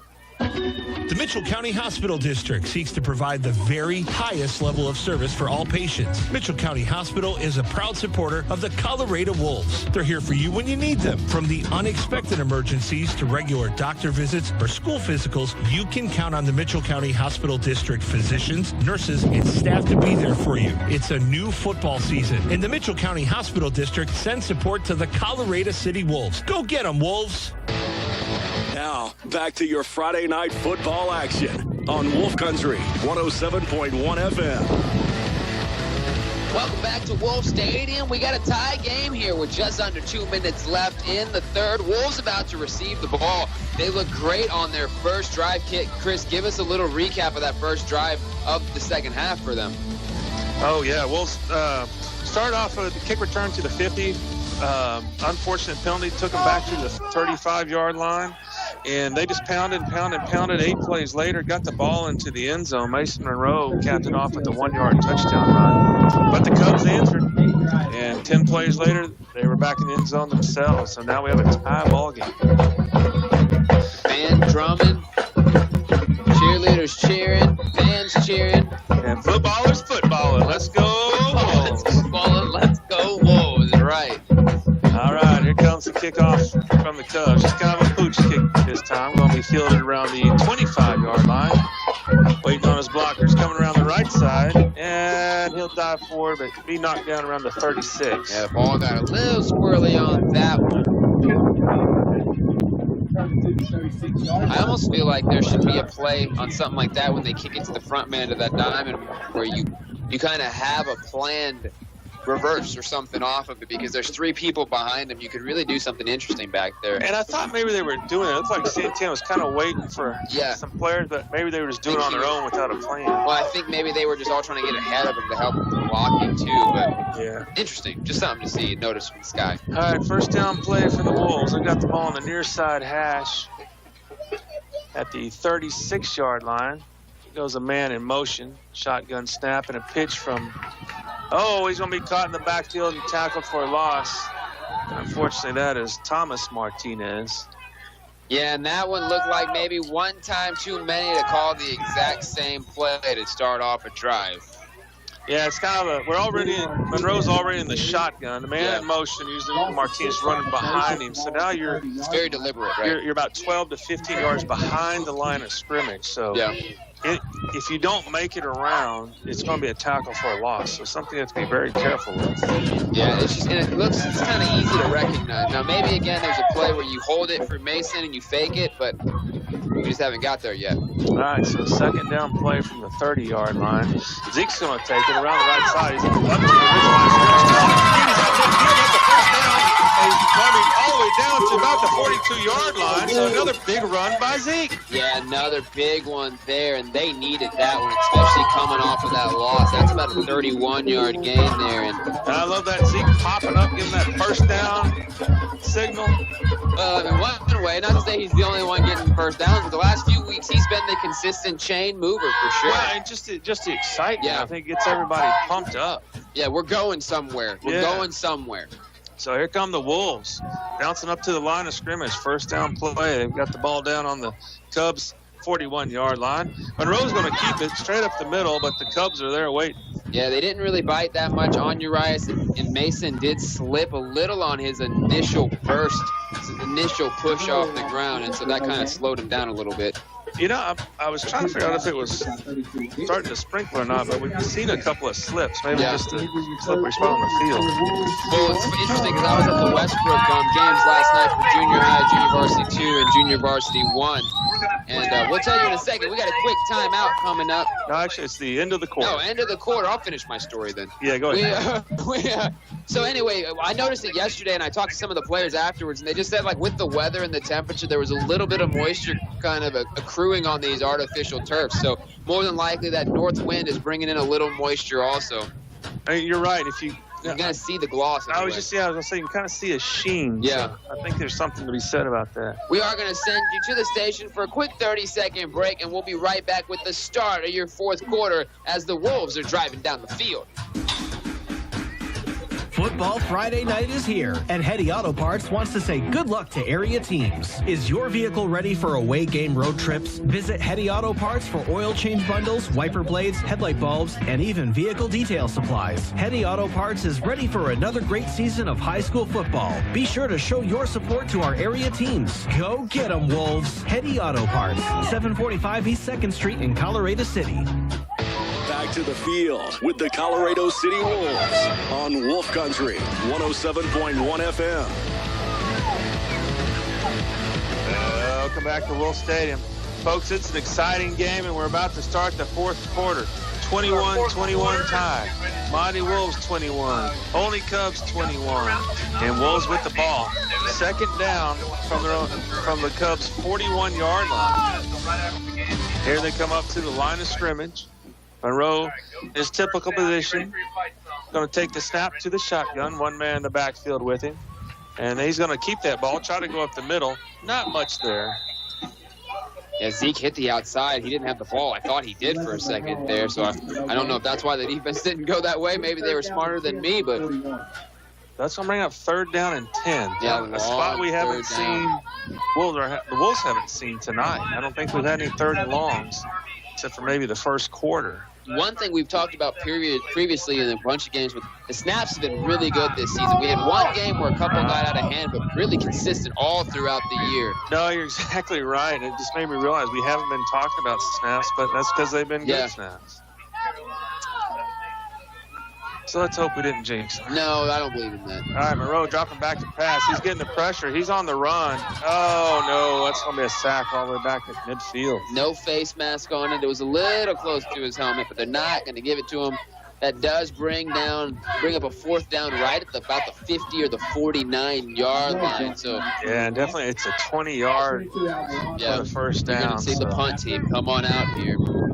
Definitely not a punt fake situation. But a good opportunity for the Wolves to pin them back deep in their own territory. No returner once again for the Cubs. And Urias, every once in a while, he can get off a deep punt. Let's hope the Wolves can buy him a little time. And Cubs are not going to send anybody back. They're going to let that ball bounce and land where it may. Yeah.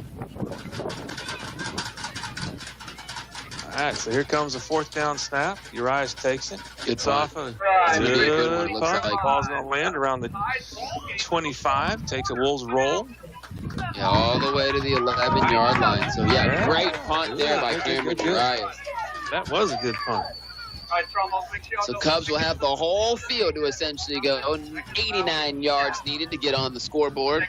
10:07 here in the fourth quarter, and big moment for the Wolves. You've done all this work. Now you got to finish it out.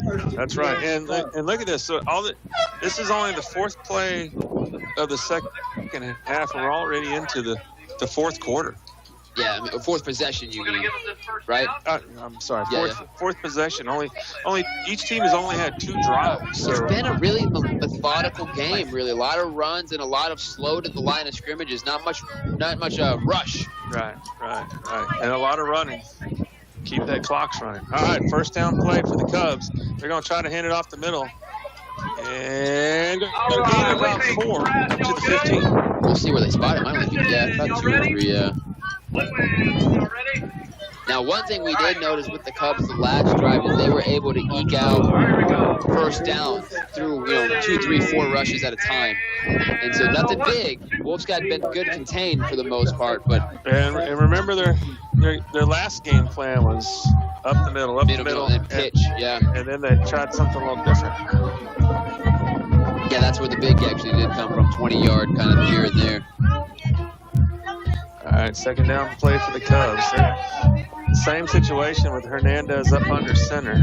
Puts a couple of men in motion, but he's going to keep it, try to go around the right side. Good stop for the Wolves. Yeah, nice little tackle there. That's number 52 leading the charge, Colton Thompson on the defensive line. He came all the way from the far side defensive end position to make the stop. Oh, it's third down. Wolves looking for a big hold right here.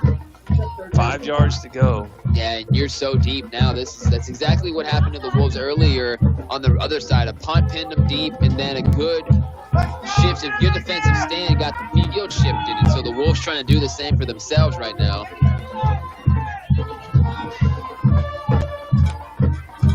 All right, man in motion. Quick handoff up the middle. Still on his feet. Big hit. Up to the 22. Oh, is that going to be enough for a first down? Depends on where they mark it. Move it. If they do move those chains just enough. Chains moved quick, too, on that one. Yeah, so now they're up to the 23-yard line. Still back in Cub territory. But enough to move the chains and keep the clock going. There's only 8 minutes and 15 seconds to go here in the game. Defense communicating, though. I love to see it. A good defense talks to each other a lot. All right, quick snap. Going to try to pitch around the right side this time. Good tackle, Michael Martinez. 32, but yeah, good shoestring diving tackle. Is that going to be enough for a first down? Might be a little. Nope, they're going to move it. And it's interesting. It's good to see. I mean, a lot of sophomores on this defense. Micah Martinez, Aiden Phillips, Isaiah Vanderslice. So a lot of young leadership playing crucial minutes, and also not even just playing, but getting stops and becoming leaders themselves right in front of our eyes. Yeah, really stepping up to the task at hand. There's another one, too. Diego on trade. He's just a junior. All right, Cubs are going to try a pass play this time. Whoa, just a perfect pass. This is good coverage by the Wolves, but it's a perfect pass. That's going to be enough for a first down. Yeah, Cubs starting to move the ball. Just kind of dropped it over the defender's head and straight into the arms of the receiver. We've talked about it before, and again, coverage was good. He was close to his man, but never looked like the ball didn't look like did the secondary of the defender on that one. That's just the next level. You got to start to find the ball in the air so you can make a play on it before it gets to the receiver's hands. That level, just chasing the chasing the receiver, exactly. Trying to stay close to him. All right, first down play, pitch off to the right side. Wolves are there. Good stop. Good hit. Right with center with the stop there. Up of his cornerback position. Got a little help from Michael Martinez, and that's for like barely a half-yard gain. All right, so up to the 48. Cubs still on their side of the field. Seems like they've been running the ball a long time. It's only the 7th play of the drive. Yeah, no, that's a lot of plays, though, already. They're only at the 47. So second down for the Cubs, 8 yards to go. Quick handoff up the middle. 2 yards short of the first down. Once again, Christian Ashby not on the defensive line right now. We'll see if he goes in and one. He does. Here he comes in 3rd and short. So across midfield to the 46-yard line.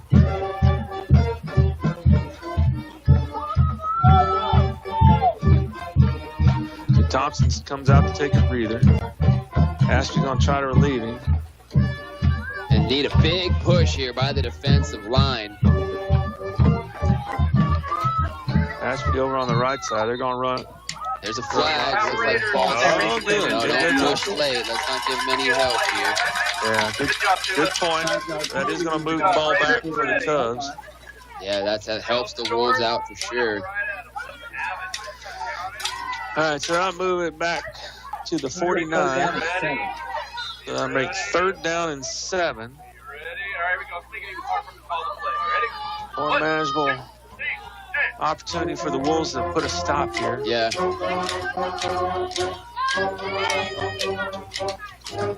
So again, they saw Ashby come into the game, so they're trying to run around him to the opposite side. Yeah, it's been interesting to me. Again, the game has been so kind of stalled out in a lot of ways. And that's a timeout, it looks like, for the Cubs. This timeout is brought to you by Ty Wood, attorney at law. Ty and his staff support the Wolves and encourages you to do the same. Get the Wolves. Ty's office is in downtown Colorado City at 249 Walnut. Ty Wood, attorney at law, supports the Colorado City Wolves and encourages you to do the same. Ty Wood has been serving the Mitchell County and surrounding areas for years. Located in downtown Colorado City at 249 Walnut. Ty and his staff want to send out a big good luck to the Colorado City Wolves in their game tonight. Ty Wood, attorney at law, proudly supporting the Colorado City Wolves. Go Wolves! Now, back to your Friday night football action on Wolf Country 107.1 FM. Welcome back to Wolves Stadium. Big 3rd down opportunity coming up. Wolves defense on the field. The Cubs just called a timeout to try to get themselves collected. We got a tie game here, 21-21 with just over 5 minutes here left in the 4th quarter. Chris, have we seen an overtime game yet this season? This could be the first. Could be the first one. Wolves defense gets back out there. Big Christian Ashby, Isaiah Vanderslice, number 72, William Montiel, 54, Andrew Goodman, spearheading that defensive line, along with 21, Jacob Hernandez, a sophomore, Zeke Hernandez, Michael Martinez, Ryland Center, Nicholas Santana, and Mason Monroe. That's your defense here. And listen to these fans cheer. Looking for a 3rd down stop. Cubs snap the ball, try to go up the middle. They're going to make a 4th down short of the 1st. Yeah, brings up 4th. So now a big play call here for the head coach of the Cubs. The head coach of the Cubs is Jason Howard. So we'll see what they call. They're going to be going for it on 4th and a long 4. Yeah, just 5 minutes to go. They're just across midfield. They have been able to put stops on the Wolves the last 2 drives. So I think they're feeling confident in their offense. Wolves need to be ready. Yeah, Ashby did come out just then. Looks like he might be in a little bit of pain. All right, so here comes Olney up to the line of scrimmage. Put a man in motion. Quick hand. Oh, out to the right side to pitch. Fake move. That's enough for a 1st down. Flags are down. But it was a bit of confusion. Confused me. I thought they were run up the middle. Yeah, Cubs are unhappy. So it looks like it's going to go against the Cubs. So let's make sure. Let's get the flag first. Okay. So yeah, throw the flag a little further. I don't know what they're throwing it from. Maybe that's from where the spot is. They're going to call it against the Cubs, it looks like. So they're marching back. So is it best for us? Now an even tougher decision for the head coach of the Cubs. What happens if we? You can't. If we what? What we going to try? I was going to say decline, but he had enough for the 1st down. He had enough for the 1st down. Okay, so that's going to make it 4th again, but that's going to make it 4th and 9. Bringing a little more speed, a lot of confusion for everybody, bringing in players late. Looks like the Cubs might punt here. Yeah, and that's Wolves do have 1 man deep, and it is going to be a punt. And Wolves are going to snag it at the 10.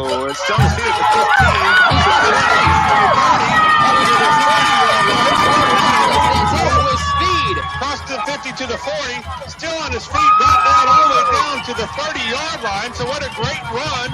And I was about to get upset with him for not letting the ball go. Man, he made a couple people miss. He got blocks down the field, and the team is fired up. Already in essentially field goal range, if we're being really, really honest. And so, nice little moment. Yeah, caught the ball just inside the 10-yard line. Yeah, on one bounce. And all the way down across midfield.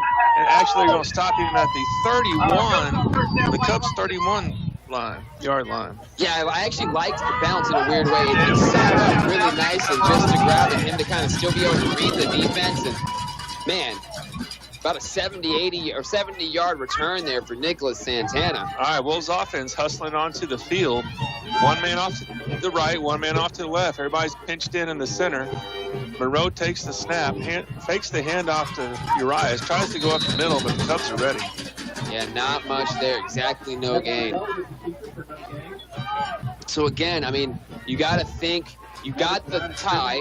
You obviously want a touchdown for sure, but you don't want to do anything silly. And I mean, in my head, really, you probably need maybe 5, maybe 10 yards at the most. Your time too. There's 3 minutes here, so are we at risk if we score too quick? We want to take our time, even if it's getting in field goal range. Take our time to get down there. They're going to take their time, I think, either way. Pitch to Cameron. Oh no, this is going to be a tackle for a loss, folks. All the way back to the 35. He was able to squeak out some of it. Loss of about 3. But you're right. Yeah, I thought it was going to be a loss of about 10. But it's putting the man in motion behind the quarterback. Monroe's is already in the shotgun, so any mess up like that time, and you're looking at a loss. I just think it's such a deliberate play. It seems to be easy to read by those outside linebackers and corner to start cheating down already. Right. So not 2 minutes and 30 seconds. Wolves. This time we're stacking twins on the near side receivers. Yeah, something we haven't seen all night. Yeah, so Thompson in center.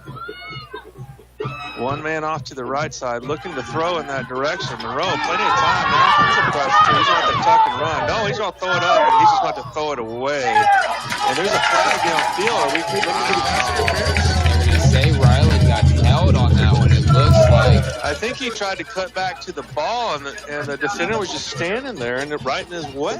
Yeah, they're going to. The coach for Cubs is saying over the intended receiver, unable to catch ball, and I kind of get what he's saying. I mean, why are they way down there? Shouldn't we be? So I'm confused by this also. So we've had this issue before on interference calls. It seems like they call it at the spot of the foul, I guess. We'll have to figure this out. We'll just let them decide. We don't know any better. Let's be honest. Yeah, they should be walking at 15 yards from the line of scrimmage and it'd be an automatic. That's what they should be doing. And I think they're going to do it. They're going to bring it back and start their walk again. In the NFL, it's going to be at the spot of the foul, but in college and in high school, it's 15 yards no matter what, unless it's a shorter play, and then you start it at the spot. It's kind of confusing. One of the more confusing rules, that's for sure. Yeah, and give me an automatic first down. But you still get that first down. So this is a crucial play now. So 25, that's going to be, what, a 42-yard field goal if you were to kick it from here. 2 minutes left. Wolves just need to keep the ball, eke out some more yards. Obviously, you still want to try to punch it in, but you're in command right now, and you're in control. All right, first down play for these Wolves. Ball on the Cubs' 25-yard line. Here comes the snap. Monroe's going to hand it off to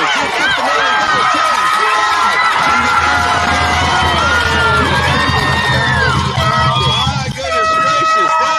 That is a 3-second play, folks. Wolves take the lead. But did we score 2 seconds? Doesn't matter. We got 7. You can't score too fast when you get 7. Now, extra point is crucial right here because there is time on the clock and Olney has 2 timeouts. So a Zeke touchdown, straight up the middle. Yeah, and he earned a touchdown too. He played so hard the last 2 weeks, so much passion and fire. All right, so we're lined up for the point after. There's the kick. Flag kick, and that's good. Little flag. Coaches are trying to say stop the nonsense. It looks like, so we'll wait and see what the flag is for. That's going to put 20. Either way, it's be after the kickoff. But that's 28 points for the Colorado City, 21 for the Cubs. Let's send you back to the station for a quick timeout. We'll be back with more live football action in the end of the game. City National Bank in Colorado City has been a part of Mitchell County for decades, supporting area high school sports along the way. A new football season is underway for area teams, and City National Bank is cheering you on each and every football Friday night. Let City National Bank help teach your teenager about banking. Ask about opening an account today. Visit 228 Elm Street in Colorado City. City National Bank sends good luck on tonight's game. Back to the field with the Colorado City Wolves on Wolf Country 107.1 FM. Welcome back to Wolf Stadium. Wolves just take a 7-point lead here late in the fourth quarter. There was also a flag on the field right after the extra point, so we'll have to wait and see what the referees decide to do on that one. Seems like it was going to be personal foul on the Cubs, but I haven't seen the signal yet. Yeah, we're still waiting where they're going to mark the ball. Referee's holding. Yeah, they're going to move it up. So he's holding the ball across midfield. So again, you got a good kicker in Chris. Do you decide to go for the onside and try to get it, and automatically a 70-yard field, or do you try to push it to a corner maybe and see what you can do? I say you push it. I really do. I say only you tell 157 here to go. So maybe try to burn up as many seconds as you can off the clock. I mean, I just think when you have a talented kicker, let's try to get him. Let's put it within that 15-yard line, kick it high. And that's what he's going to do. Just kind of go towards the center. High pooch kick around the 20-yard line is where he's going to field it. The Wolves are right there on top of it. Yeah, he could have put a little more air underneath it. There's also a flag on the near side. It might be an offside on the Wolves, actually. We'll wait and see, which I actually think might benefit them. I would almost, if I'm the Cubs, just take it. That's true. But I think when you have a young kicker trying to do a high kick like that, he takes a little longer getting up to the ball, and I think the Wolves just stepped across the line before he kicked it. We'll wait and see what Coach Powers for the Cubs decides. Offsides, it looks like they are going to re-kick it. This time it'll be from the 5th. No, they're just going to get the 5 yards added, so that ball's at the 30. Yeah, they're going to start at the 30-yard line.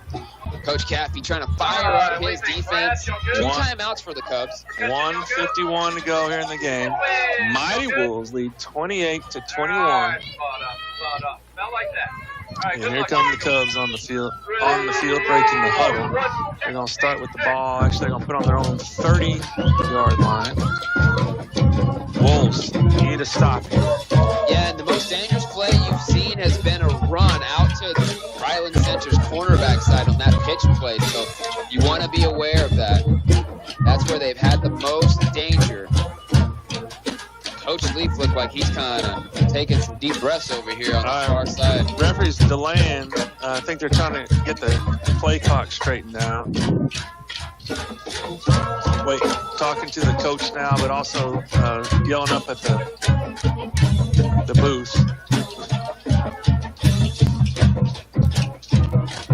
I'm not sure there's 25 seconds on that. Coach Leaf looking up to the booth, trying to get some things set up.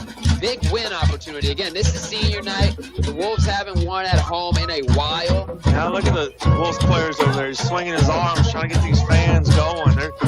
These guys are still pumped up, still excited. Yeah, no, for sure. They should be excited. They put all the hard work in to gain this lead. All right, here we go. They've got it figured out. Clocks are right. 1:59 here to go at the end of the game. Here come the Cubs. First down play. Pitch back. They're going to try a little flea flicker play. Have a man wide open. He catches the ball. He's at the 40, the 30. Here comes Monroe. Can he stop him? Pushes him out of bounds at around the 10, but oh no. Close to a touchdown. Wolves were not ready for the flea flicker. Yeah, they weren't ready at all. Cornerback Ryland Center just got burnt, had his eyes peeking into the backfield, and Coach Powers must have saw something, and he capitalized on it right there. That didn't take any time. Cubs are going to have the ball now inside of right at the 10-yard line. Wow, so with 1:30 here to go, clock still running down. The Cubs are threatening to score. 15 seconds on the play clock. 1:19 on the game clock. The clock is just winding down, too. No timeouts taken yet. All right, here go the Cubs. Hand the ball up. Big stop. The ball looks like it might have came out, but the Cubs got it back. Yeah, no gain on the play. Second down and 10. Second down and goal from the 10. The clock's still winding down.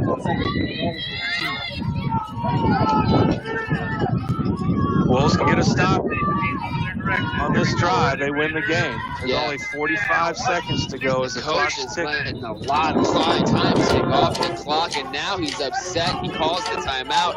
This timeout is brought to you by Ty Wood, attorney at law. Ty and his staff support the Wolves and encourages you to do the same. Yeah, the Wolves. Ty's office is in downtown Colorado City at 249 Walnut. Ty Wood, attorney at law, supports the Colorado City Wolves and encourages you to do the same. Ty Wood has been serving the Mitchell County and surrounding areas for years. Located in downtown Colorado City at 249 Walnut. Ty and his staff want to send out a big good luck to the Colorado City Wolves in their game tonight. Ty Wood, attorney at law, proudly supporting the Colorado City Wolves. Go Wolves!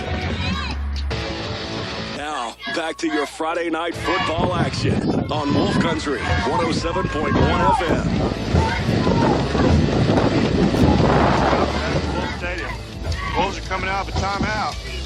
They're leading 28-21. Only 43 seconds to go in this game, but the Cubs have the ball on the Wolves' 8-yard line. Yeah, they took so long to take that timeout. That was definitely a little miscalculation there. All right, so this is a nail-biter, folks. This is a nail-biter for sure. Here they come. Second down play. It's going to be a quarterback keeper at the 10, at the 5. On his feet in to the end zone. Touchdown, Cubs. Yeah, 37 seconds left. The timeout works for Olney. Do they go for two? Do they just go for two and try to take this from the Wolves in the last second here? That is a big risk, and let's see if they're willing to take it. They do have an excellent kicker. But I'm wondering if they already have this play in mind. I think they're planning on going for two here. But I think somebody's going to have to call a timeout. And they are. So this timeout is brought to you by Ty Wood, attorney at law. Ty and his staff supports the Wolves and encourages you to do the same. Gotta Wolves.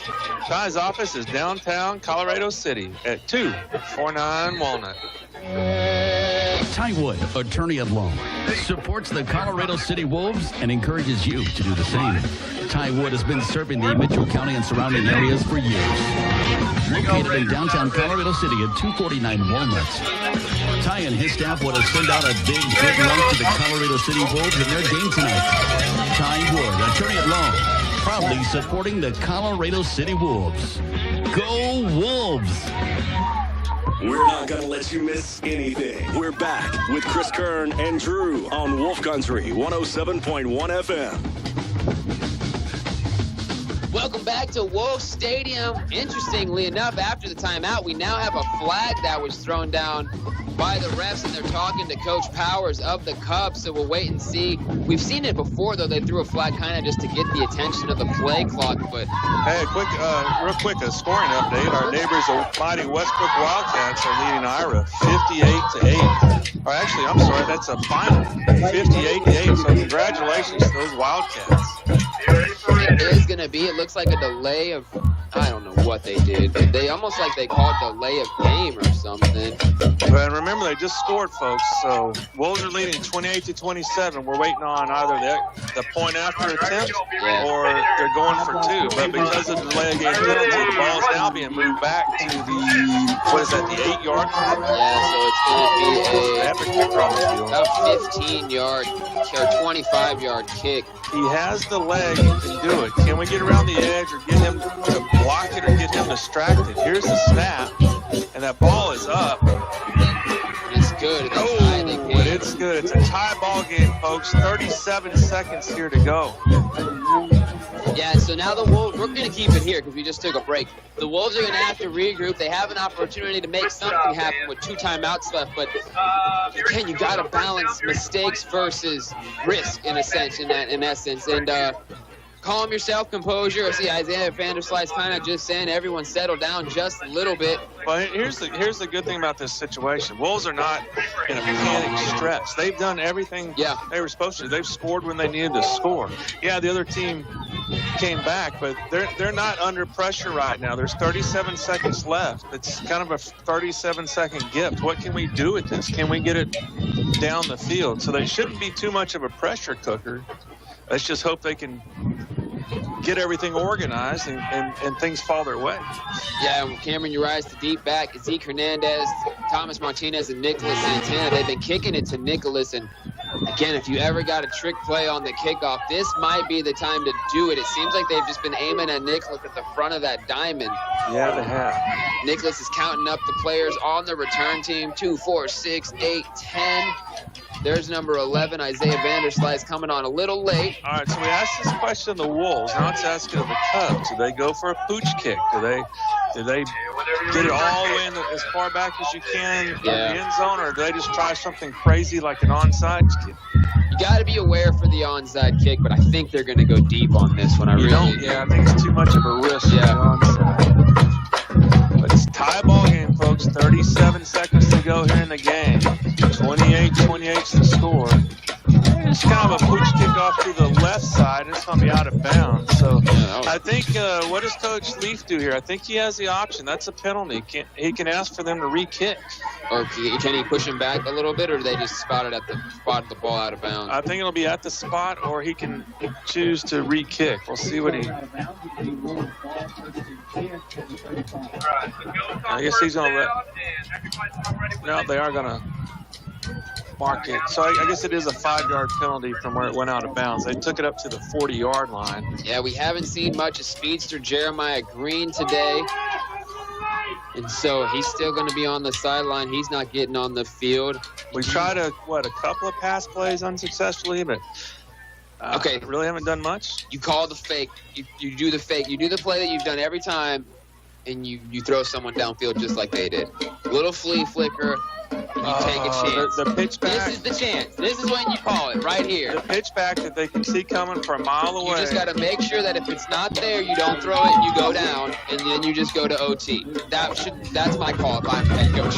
Well, you know, when I was thinking about that earlier, when you have a play that they're picking up, when you have a play, you should always have an out player or backup, and that would make perfect sense. Well, that's exactly what the Cubs just did to us. They had been doing the exact same pitch. I think they're going to call personal foul late, actually, against the Wolves on that. Oh, no. Seth marked the ball, pushed it all the way back to the 25. Cubs defense is backwards. But that's exactly what the Cubs had done to the Wolves. They capitalized on having their pitch go, threw it over the head of the corner. All right, folks, set the scene. 28-28 is the score. 37 seconds to go. Wolves have the ball on their own 25-yard line. First down. It's going to be a quick handoff to Zeke up the middle, trying to speed up to the 40, clean enough for a first down, and almost up to midfield. Call timeout, Coach. Yeah, that's what he does. 30 seconds here to go, and a big game by Zeke. Yeah, this timeout is brought to you by Ty Wood, attorney at law. Ty and his staff supports the Wolves and encourages you to do the same.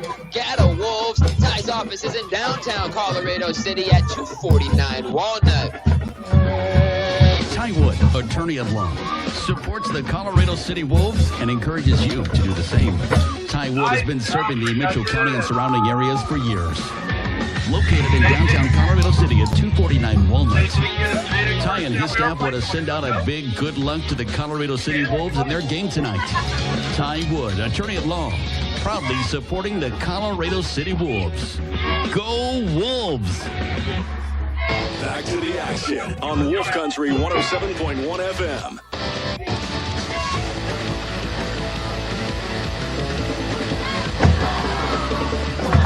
Welcome back to Wolf Country 107.1 FM. 31 seconds left on the clock.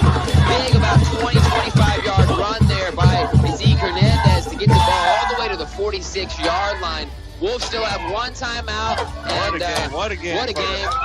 So first down. Wolves taking the ball on their own 45-yard line. You got a kicker, so you just need to get semi-close. 31 seconds on the game clock. Shotgun snap. Quick handoff to Zeke. Straight up the middle. He's on his feet at the 50. At 25, and another first down run by Zeke. All right, now let's start watching Chris Abreu because Coach Leaf is going to give him a shot. I really feel it if they're not able to be punched into the end zone. So where's the kicker at on the sideline? Where's he at? Where's his mind at? Where's his head at? He's standing right there. Is he ready to go in? They're almost in at least close to field goal range. I mean, 25 seconds with one more timeout left means you can call anything you want to. All right, first down play from the Cubs 35-yard line. Monroe taking the shotgun snap. Another handoff to Zeke. He's met the line of scrimmage this time. No gain. Coach Leaf calls a timeout. Coach Leaf's headset must have broke or something like that. All right, so this timeout is brought to you by Ty Wood, attorney at law. Ty and his staff supports the Wolves and encourages you to do the same. Got a Wolves. Ty's office is downtown Colorado City at 249 Walnut. Ty Wood, attorney at law, supports the Colorado City Wolves and encourages you to do the same. Ty Wood has been serving the Mitchell County and surrounding areas for years. Located in downtown Colorado City at 249 Walnut. Ty and his staff want to send out a big good luck to the Colorado City Wolves in their game tonight. Ty Wood, attorney at law, proudly supporting the Colorado City Wolves. Go Wolves! Now, back to your Friday night football action on Wolf Country 107.1 FM. Coach, back and we'll stay an exciting game, tie ball game. 21 seconds to go in the end of the game. Wolves have the ball at second down on the 35-yard line. Fakes the handoff to Monroe. He keeps it, goes up the middle, down to the 30. Gain of about 5. Clock is still running. Get to the line. Get to the line. Get to the line. Spike the ball. Well, you can't call a timeout. They didn't have a timeout. What happened? All right. So I don't. Well, they're saying. Okay. I don't know what happened. They're saying timeout Wolves. Okay. I guess this timeout's brought to you by Ty Wood, attorney at law. Ty and his staff support the Wolves and encourages you to do the same. Got a Wolves. Ty's office is in downtown Colorado City at 249 Walnut. Ty Wood, attorney at law, supports the Colorado City Wolves and encourages you to do the same. Ty Wood has been serving the Mitchell County and surrounding areas for years. Located in downtown Colorado City at 249 Walnut. Ty and his staff want to send out a big good luck to the Colorado City Wolves in their game tonight. Ty Wood, attorney at law, proudly supporting the Colorado City Wolves. Go Wolves! Back to the action on Wolf Country 107.1 FM. We're back again after another timeout. It's the third down play for the Wolves. 12 seconds on the play clock. They're trying to get the ball in the end zone, or at least close enough where they can spike it and get a kickoff for a field goal. Here comes the third down snap to Monroe. Looking to pass. Lots of pressure. Throws the ball down the middle. It falls incomplete. Almost intercepted there, right into the hands of a defender. Yeah, it was intended for Martinez, but threw way behind him. But that brings 9 seconds on the play clock and fourth down. Put Chris out there.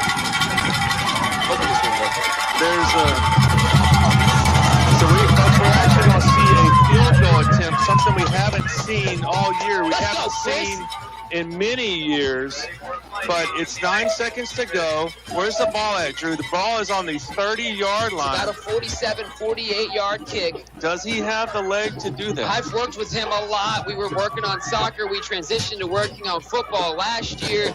He's got the leg. I mean, he's got the leg for sure. The Cubs have gotten some pressure on all the extra points, so you need good blocking. You need a good snap. And I won't say there's much pressure, but there's enough pressure.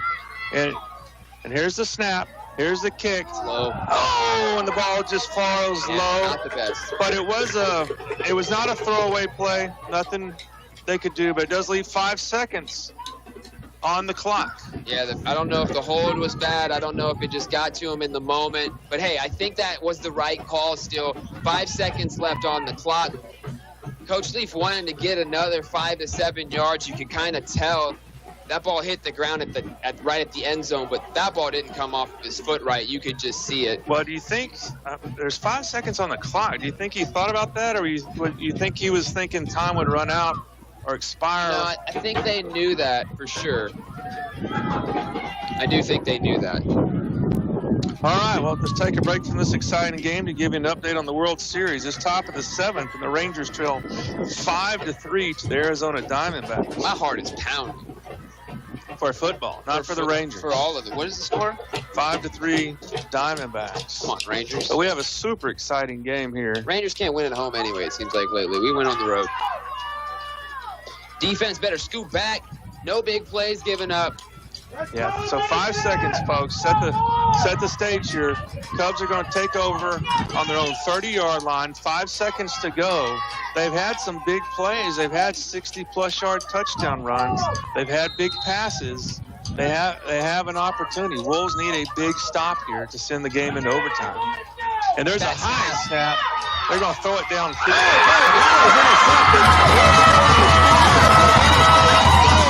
It falls down at the 20-yard line, but great defensive stop by these Wolves with the interception. Yeah, the clock's at 0. Game time is over. Score is tied. Folks, we're going into overtime. Yeah, crazy enough, if he would have just went down, they might have had a second or two on the clock to take another field goal or a chuck into the end zone. But yeah, I understand he was trying to get and bumble his way into that end zone. Oh, yeah. We're going to send it back to the station for a quick break, and we'll be back with some overtime action here at Wolf Stadium. Football Friday night is here, and Hetty Auto Parts wants to say good luck to area teams. Is your vehicle ready for away game road trips? Visit Hetty Auto Parts for oil change bundles, wiper blades, headlight bulbs, and even vehicle detail supplies. Hetty Auto Parts is ready for another great season of high school football. Be sure to show your support to our area teams. Go get 'em, Wolves. Hetty Auto Parts, 745 East 2nd Street in Colorado City. City National Bank in Colorado City has been a part of Mitchell County for decades, supporting area high school sports along the way. A new football season is underway for area teams, and City National Bank is cheering you on each and every football Friday night. Let City National Bank help teach your teenager about banking. Ask about opening an account today. Visit 228 Elm Street in Colorado City. City National Bank sends good luck on tonight's game. Back to the field with the Colorado City Wolves on Wolf Country 107.1 FM. All right, we're back at Wolf Stadium. Exciting game. Drew, what's happening? I've never seen this. I mean, it's overtime. That's what's happening. Overtime is exactly right. 28-28. I don't know who won the toss or the kick or whatever. They did a coin toss between the two coaches, so we'll wait and see. And Coach Leaf is pointing to the right, the south end of the field. Yeah, I think he wants to go with the wind a little bit. So folks, I apologize. I'm gonna fumble through this. This is something new to me. I believe it. I don't know if it's a two-possession game or a one-possession game. I almost feel like it's going to be college rules. They're going to start at the 25, and then it's just going to be like score, match, score, just like college would be. I think that's what they're going to end up doing here. Yeah, it looks like you're exactly right. So it looks like the Wolves are going to. Well, let me make sure. But I think the Wolves are going to start off with the ball. Yeah. So Wolves were to get ball first at the 25.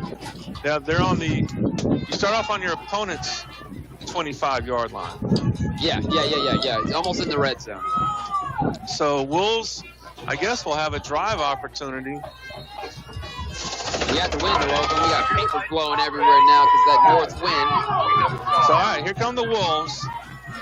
They're going to start off overtime. Have the ball first down on the Cubs' 25-yard line. Similar setup for these Wolves. Shotgun snap, pick hand off to Zeke, straight up the middle to the 20. He's hit and brought down. Forward progress will actually stop him at the 21. Yeah, but a nice little 5-yard gain. I mean, he got pushed back pretty hard, but he got the yards at the beginning of the run. And the ball did get a little loose out there, but he was able to hold on to it. So tie score, 28-28. We're in overtime here in Colorado City.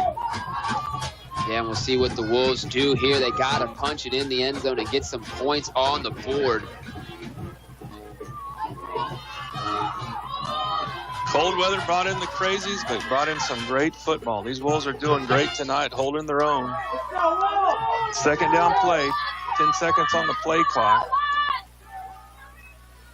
Shotgun snap, quick handoff to Zeke, straight up the middle. Oh, that's going to be tackled for a loss. Yeah, big tackle there. That's number 55. They're ready for that. For the Cubs, that's Jordan Jacoba. Oh, and Zeke kind of limping a little bit. He got popped pretty hard that time. Kind of hit right in the knee. But that's going to bring up third down. Yeah, 3rd and 6 right now. Wolves taking their time going to the line of scrimmage, looking over at the sidelines to Coach Lee for the play call. Here they come. Third down play. 2 men off to the right, 1 on the far side. And trying to run the ball, and this time we're going to pass. Looking back, quick screen off to the right to Martinez. He catches it. He's up to the 15. Wow, Trey Martinez on the play. Way to go, Wolves. Yeah, first time we've seen the screen play, and it worked to perfection. Blockers downfield. Wow, that was Martinez.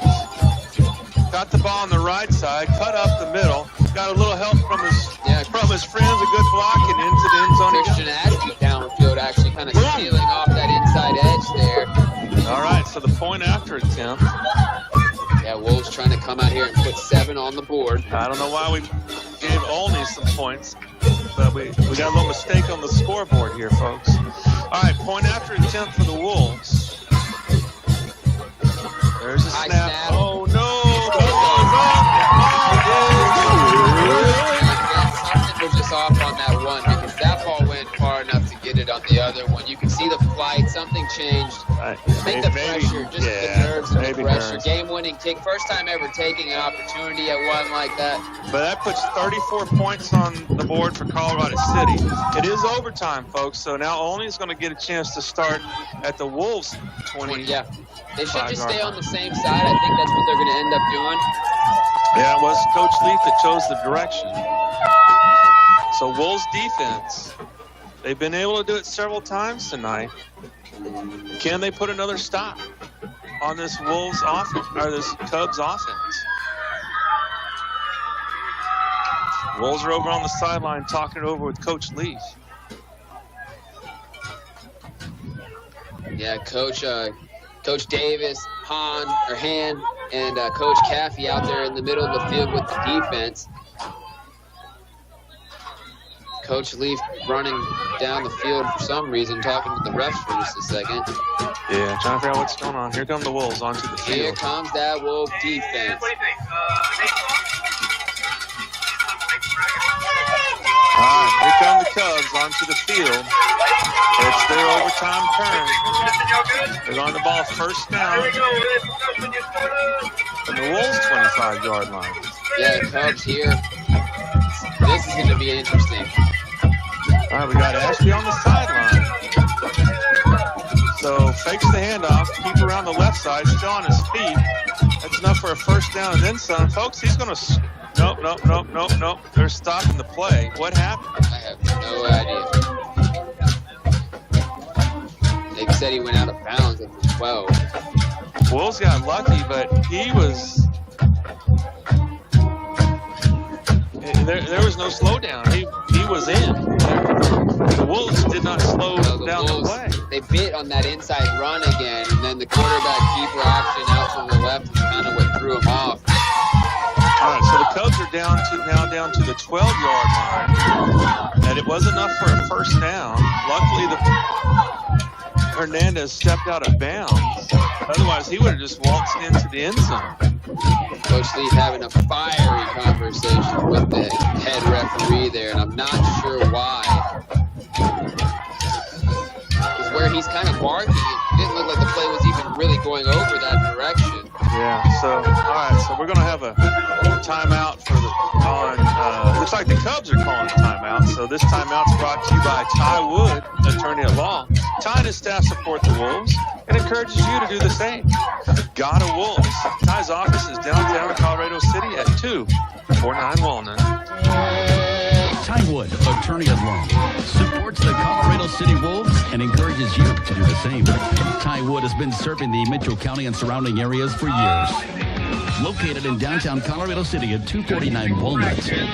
Ty and his staff want to send out a big good luck to the Colorado City Wolves in their game tonight. Ty Wood, attorney at law, proudly supporting the Colorado City Wolves. Go Wolves! Back to the field with the Colorado City Wolves on Wolf Country 107.1 FM. First down play for the Cubs. It's overtime. They're going to try to pitch off the left side. Across the 10, across the 5. Still is deep, but right down at the 4-yard line. So it's going to be second down for the Cubs. Coach Deep again all over the middle of the field. I'm not sure what he's trying to communicate across to these referees. Yeah, he obviously thinks he sees something that they don't see. And I thought maybe he was yelling at the players, but he's looking directly at the referees. I don't know if it's ball position or something to do with the rules. Something to do with the snap or something. Again, I don't know, but he is hot about it. Yeah, he is visibly upset. Throwing his hat.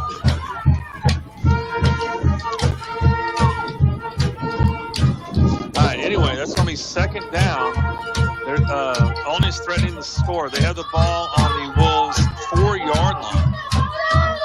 Wolves looking for a big stop here. They've been unable to slow down this Olney offense. Yeah, 2nd and 1 right now from the 5 or the 4. Shotgun snap, quick handoff up the middle. Nothing.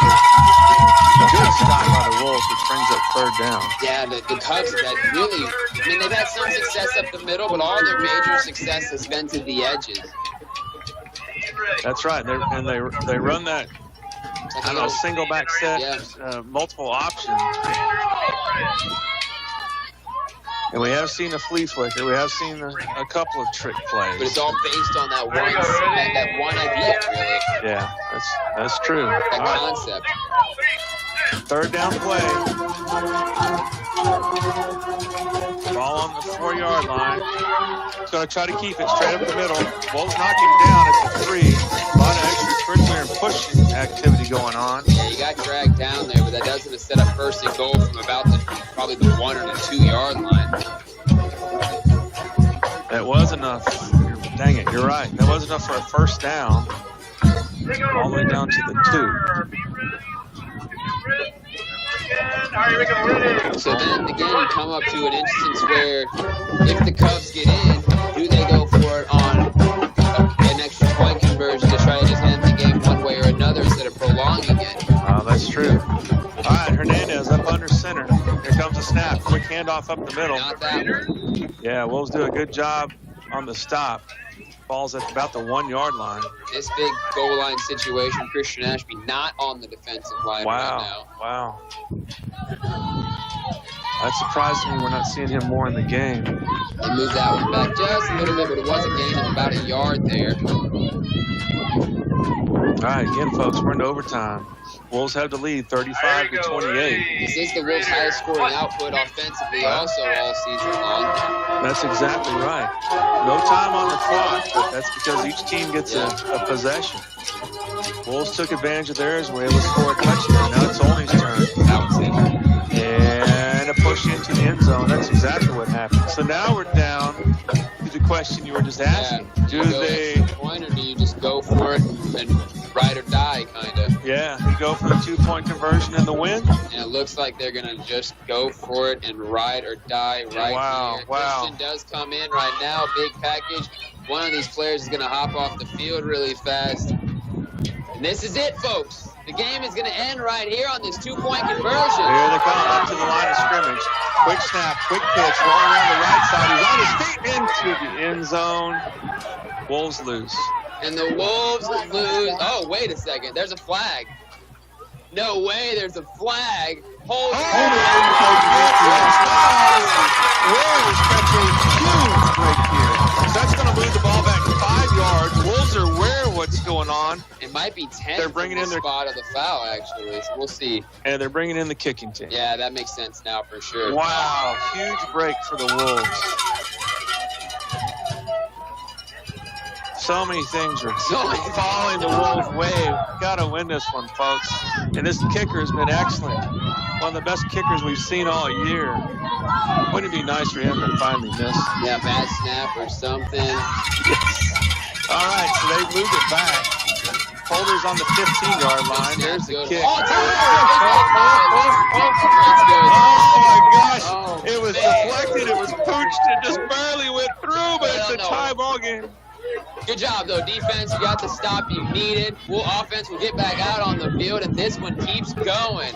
Another break. Let's send you back to the Tower of Power in London for 30 seconds. And I don't know, they might even get I don't know what's going to happen. We'll find out in a second. We'll figure it out as we go. The Mitchell County Hospital District Physical Therapy Department are here for your students. Physical therapists Jamie and Cliff know that with sports often comes the need for some PT, and they offer physical therapy all season long. Aquatic therapy is also offered in a new state-of-the-art aquatic center. Mitchell County Hospital offers the best hometown health care for all of Mitchell County. Are you looking to better yourself with a healthier lifestyle? Join the brand new Wellness Center for only $20 a month and access 7 days a week. For more information, call 325-728-3431, extension 7186. Wishing area teams at our Colorado City Wolves a great season. Now, back to your Friday night football action on Wolf Country 107.1 FM.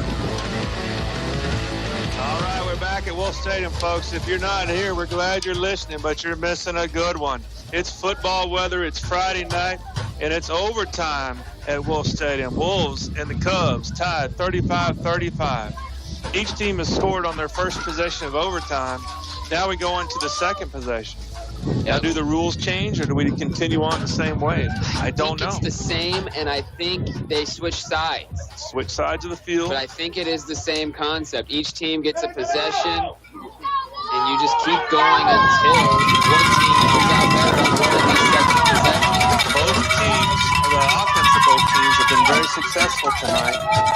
The defense of both teams have really started to look gassed towards the end of the game. Yeah, at a certain point, it's going to be a little bit of a war of attrition. Now that we're getting closer and closer to 10 o'clock, we're at 9:46 right now.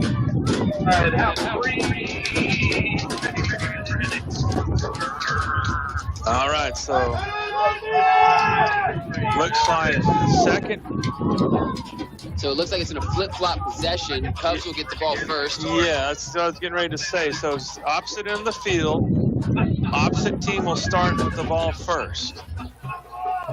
But again, from the 25-yard line are the Cubs. All right, so Wolves, who were just on defense, are coming back on defense. And there's flags. Like a false start. And Cubs don't mark it.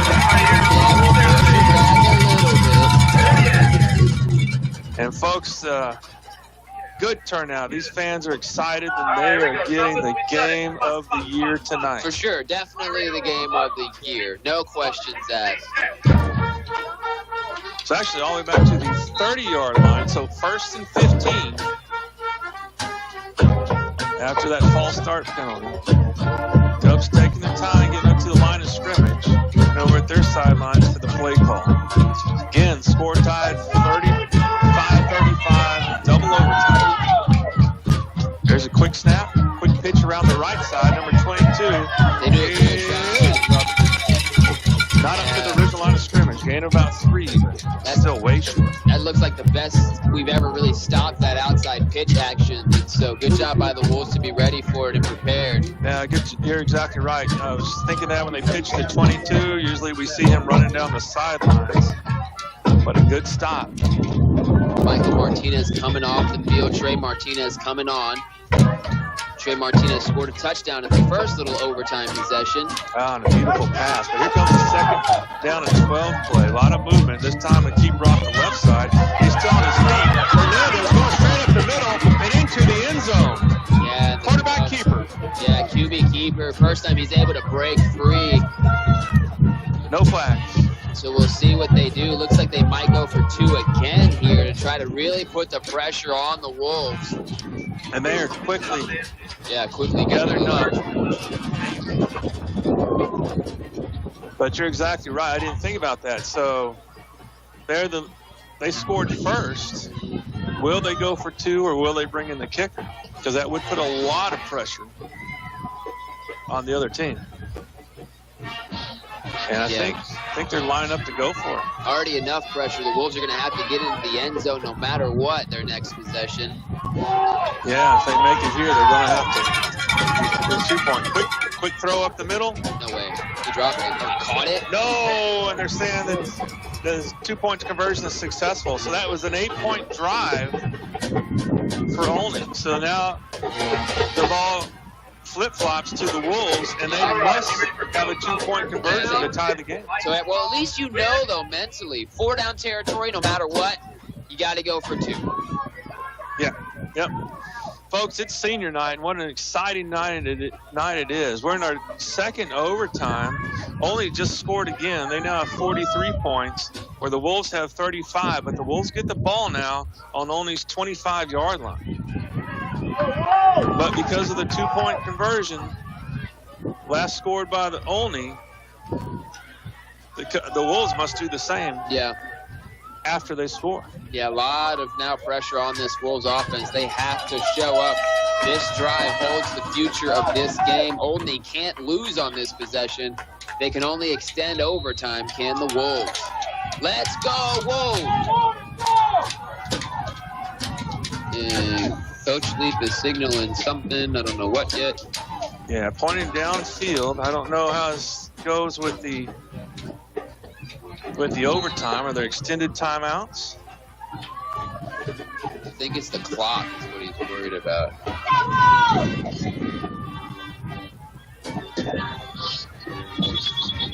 All right, there's some whistles. Yeah, there's something going on. Let's check some scores. You got a Rangers update for me, or Westbrook or Lorraine or something?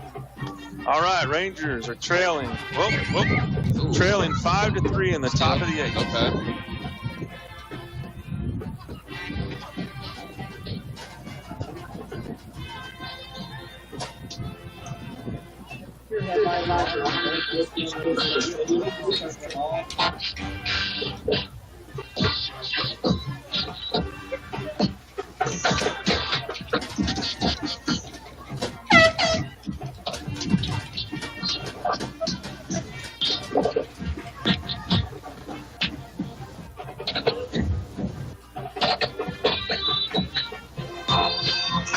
All right, folks. A lot of breaks right now.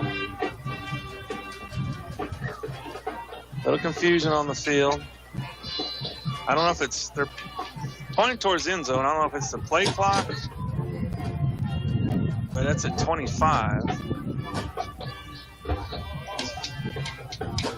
Yeah, but Coach Leaf, similar on the other side of the field, did not like something, so we'll have to find out what he's seeing. All right, well, here come the Wolves. First down play from the Cubs 35 or 25-yard line.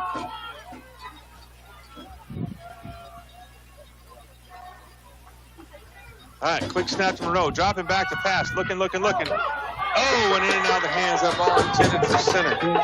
Yeah, they tried that same screen pass, and it didn't work that time. First down, incomplete. That was a similar play to what they scored with Martinez on their last drives. Center just unable to hold on to the ball. So again, the Cubs scored and then had a 2-point conversion. So Wolves have to get into the end zone on this possession, and they have to get a 2-point conversion to continue the game. Second down and 10. There's a shotgun snap, quick handoff, fakes the handoff. To the 10-yard line. Pass was complete. Was that Martinez? I can't tell, but it's enough for a first down.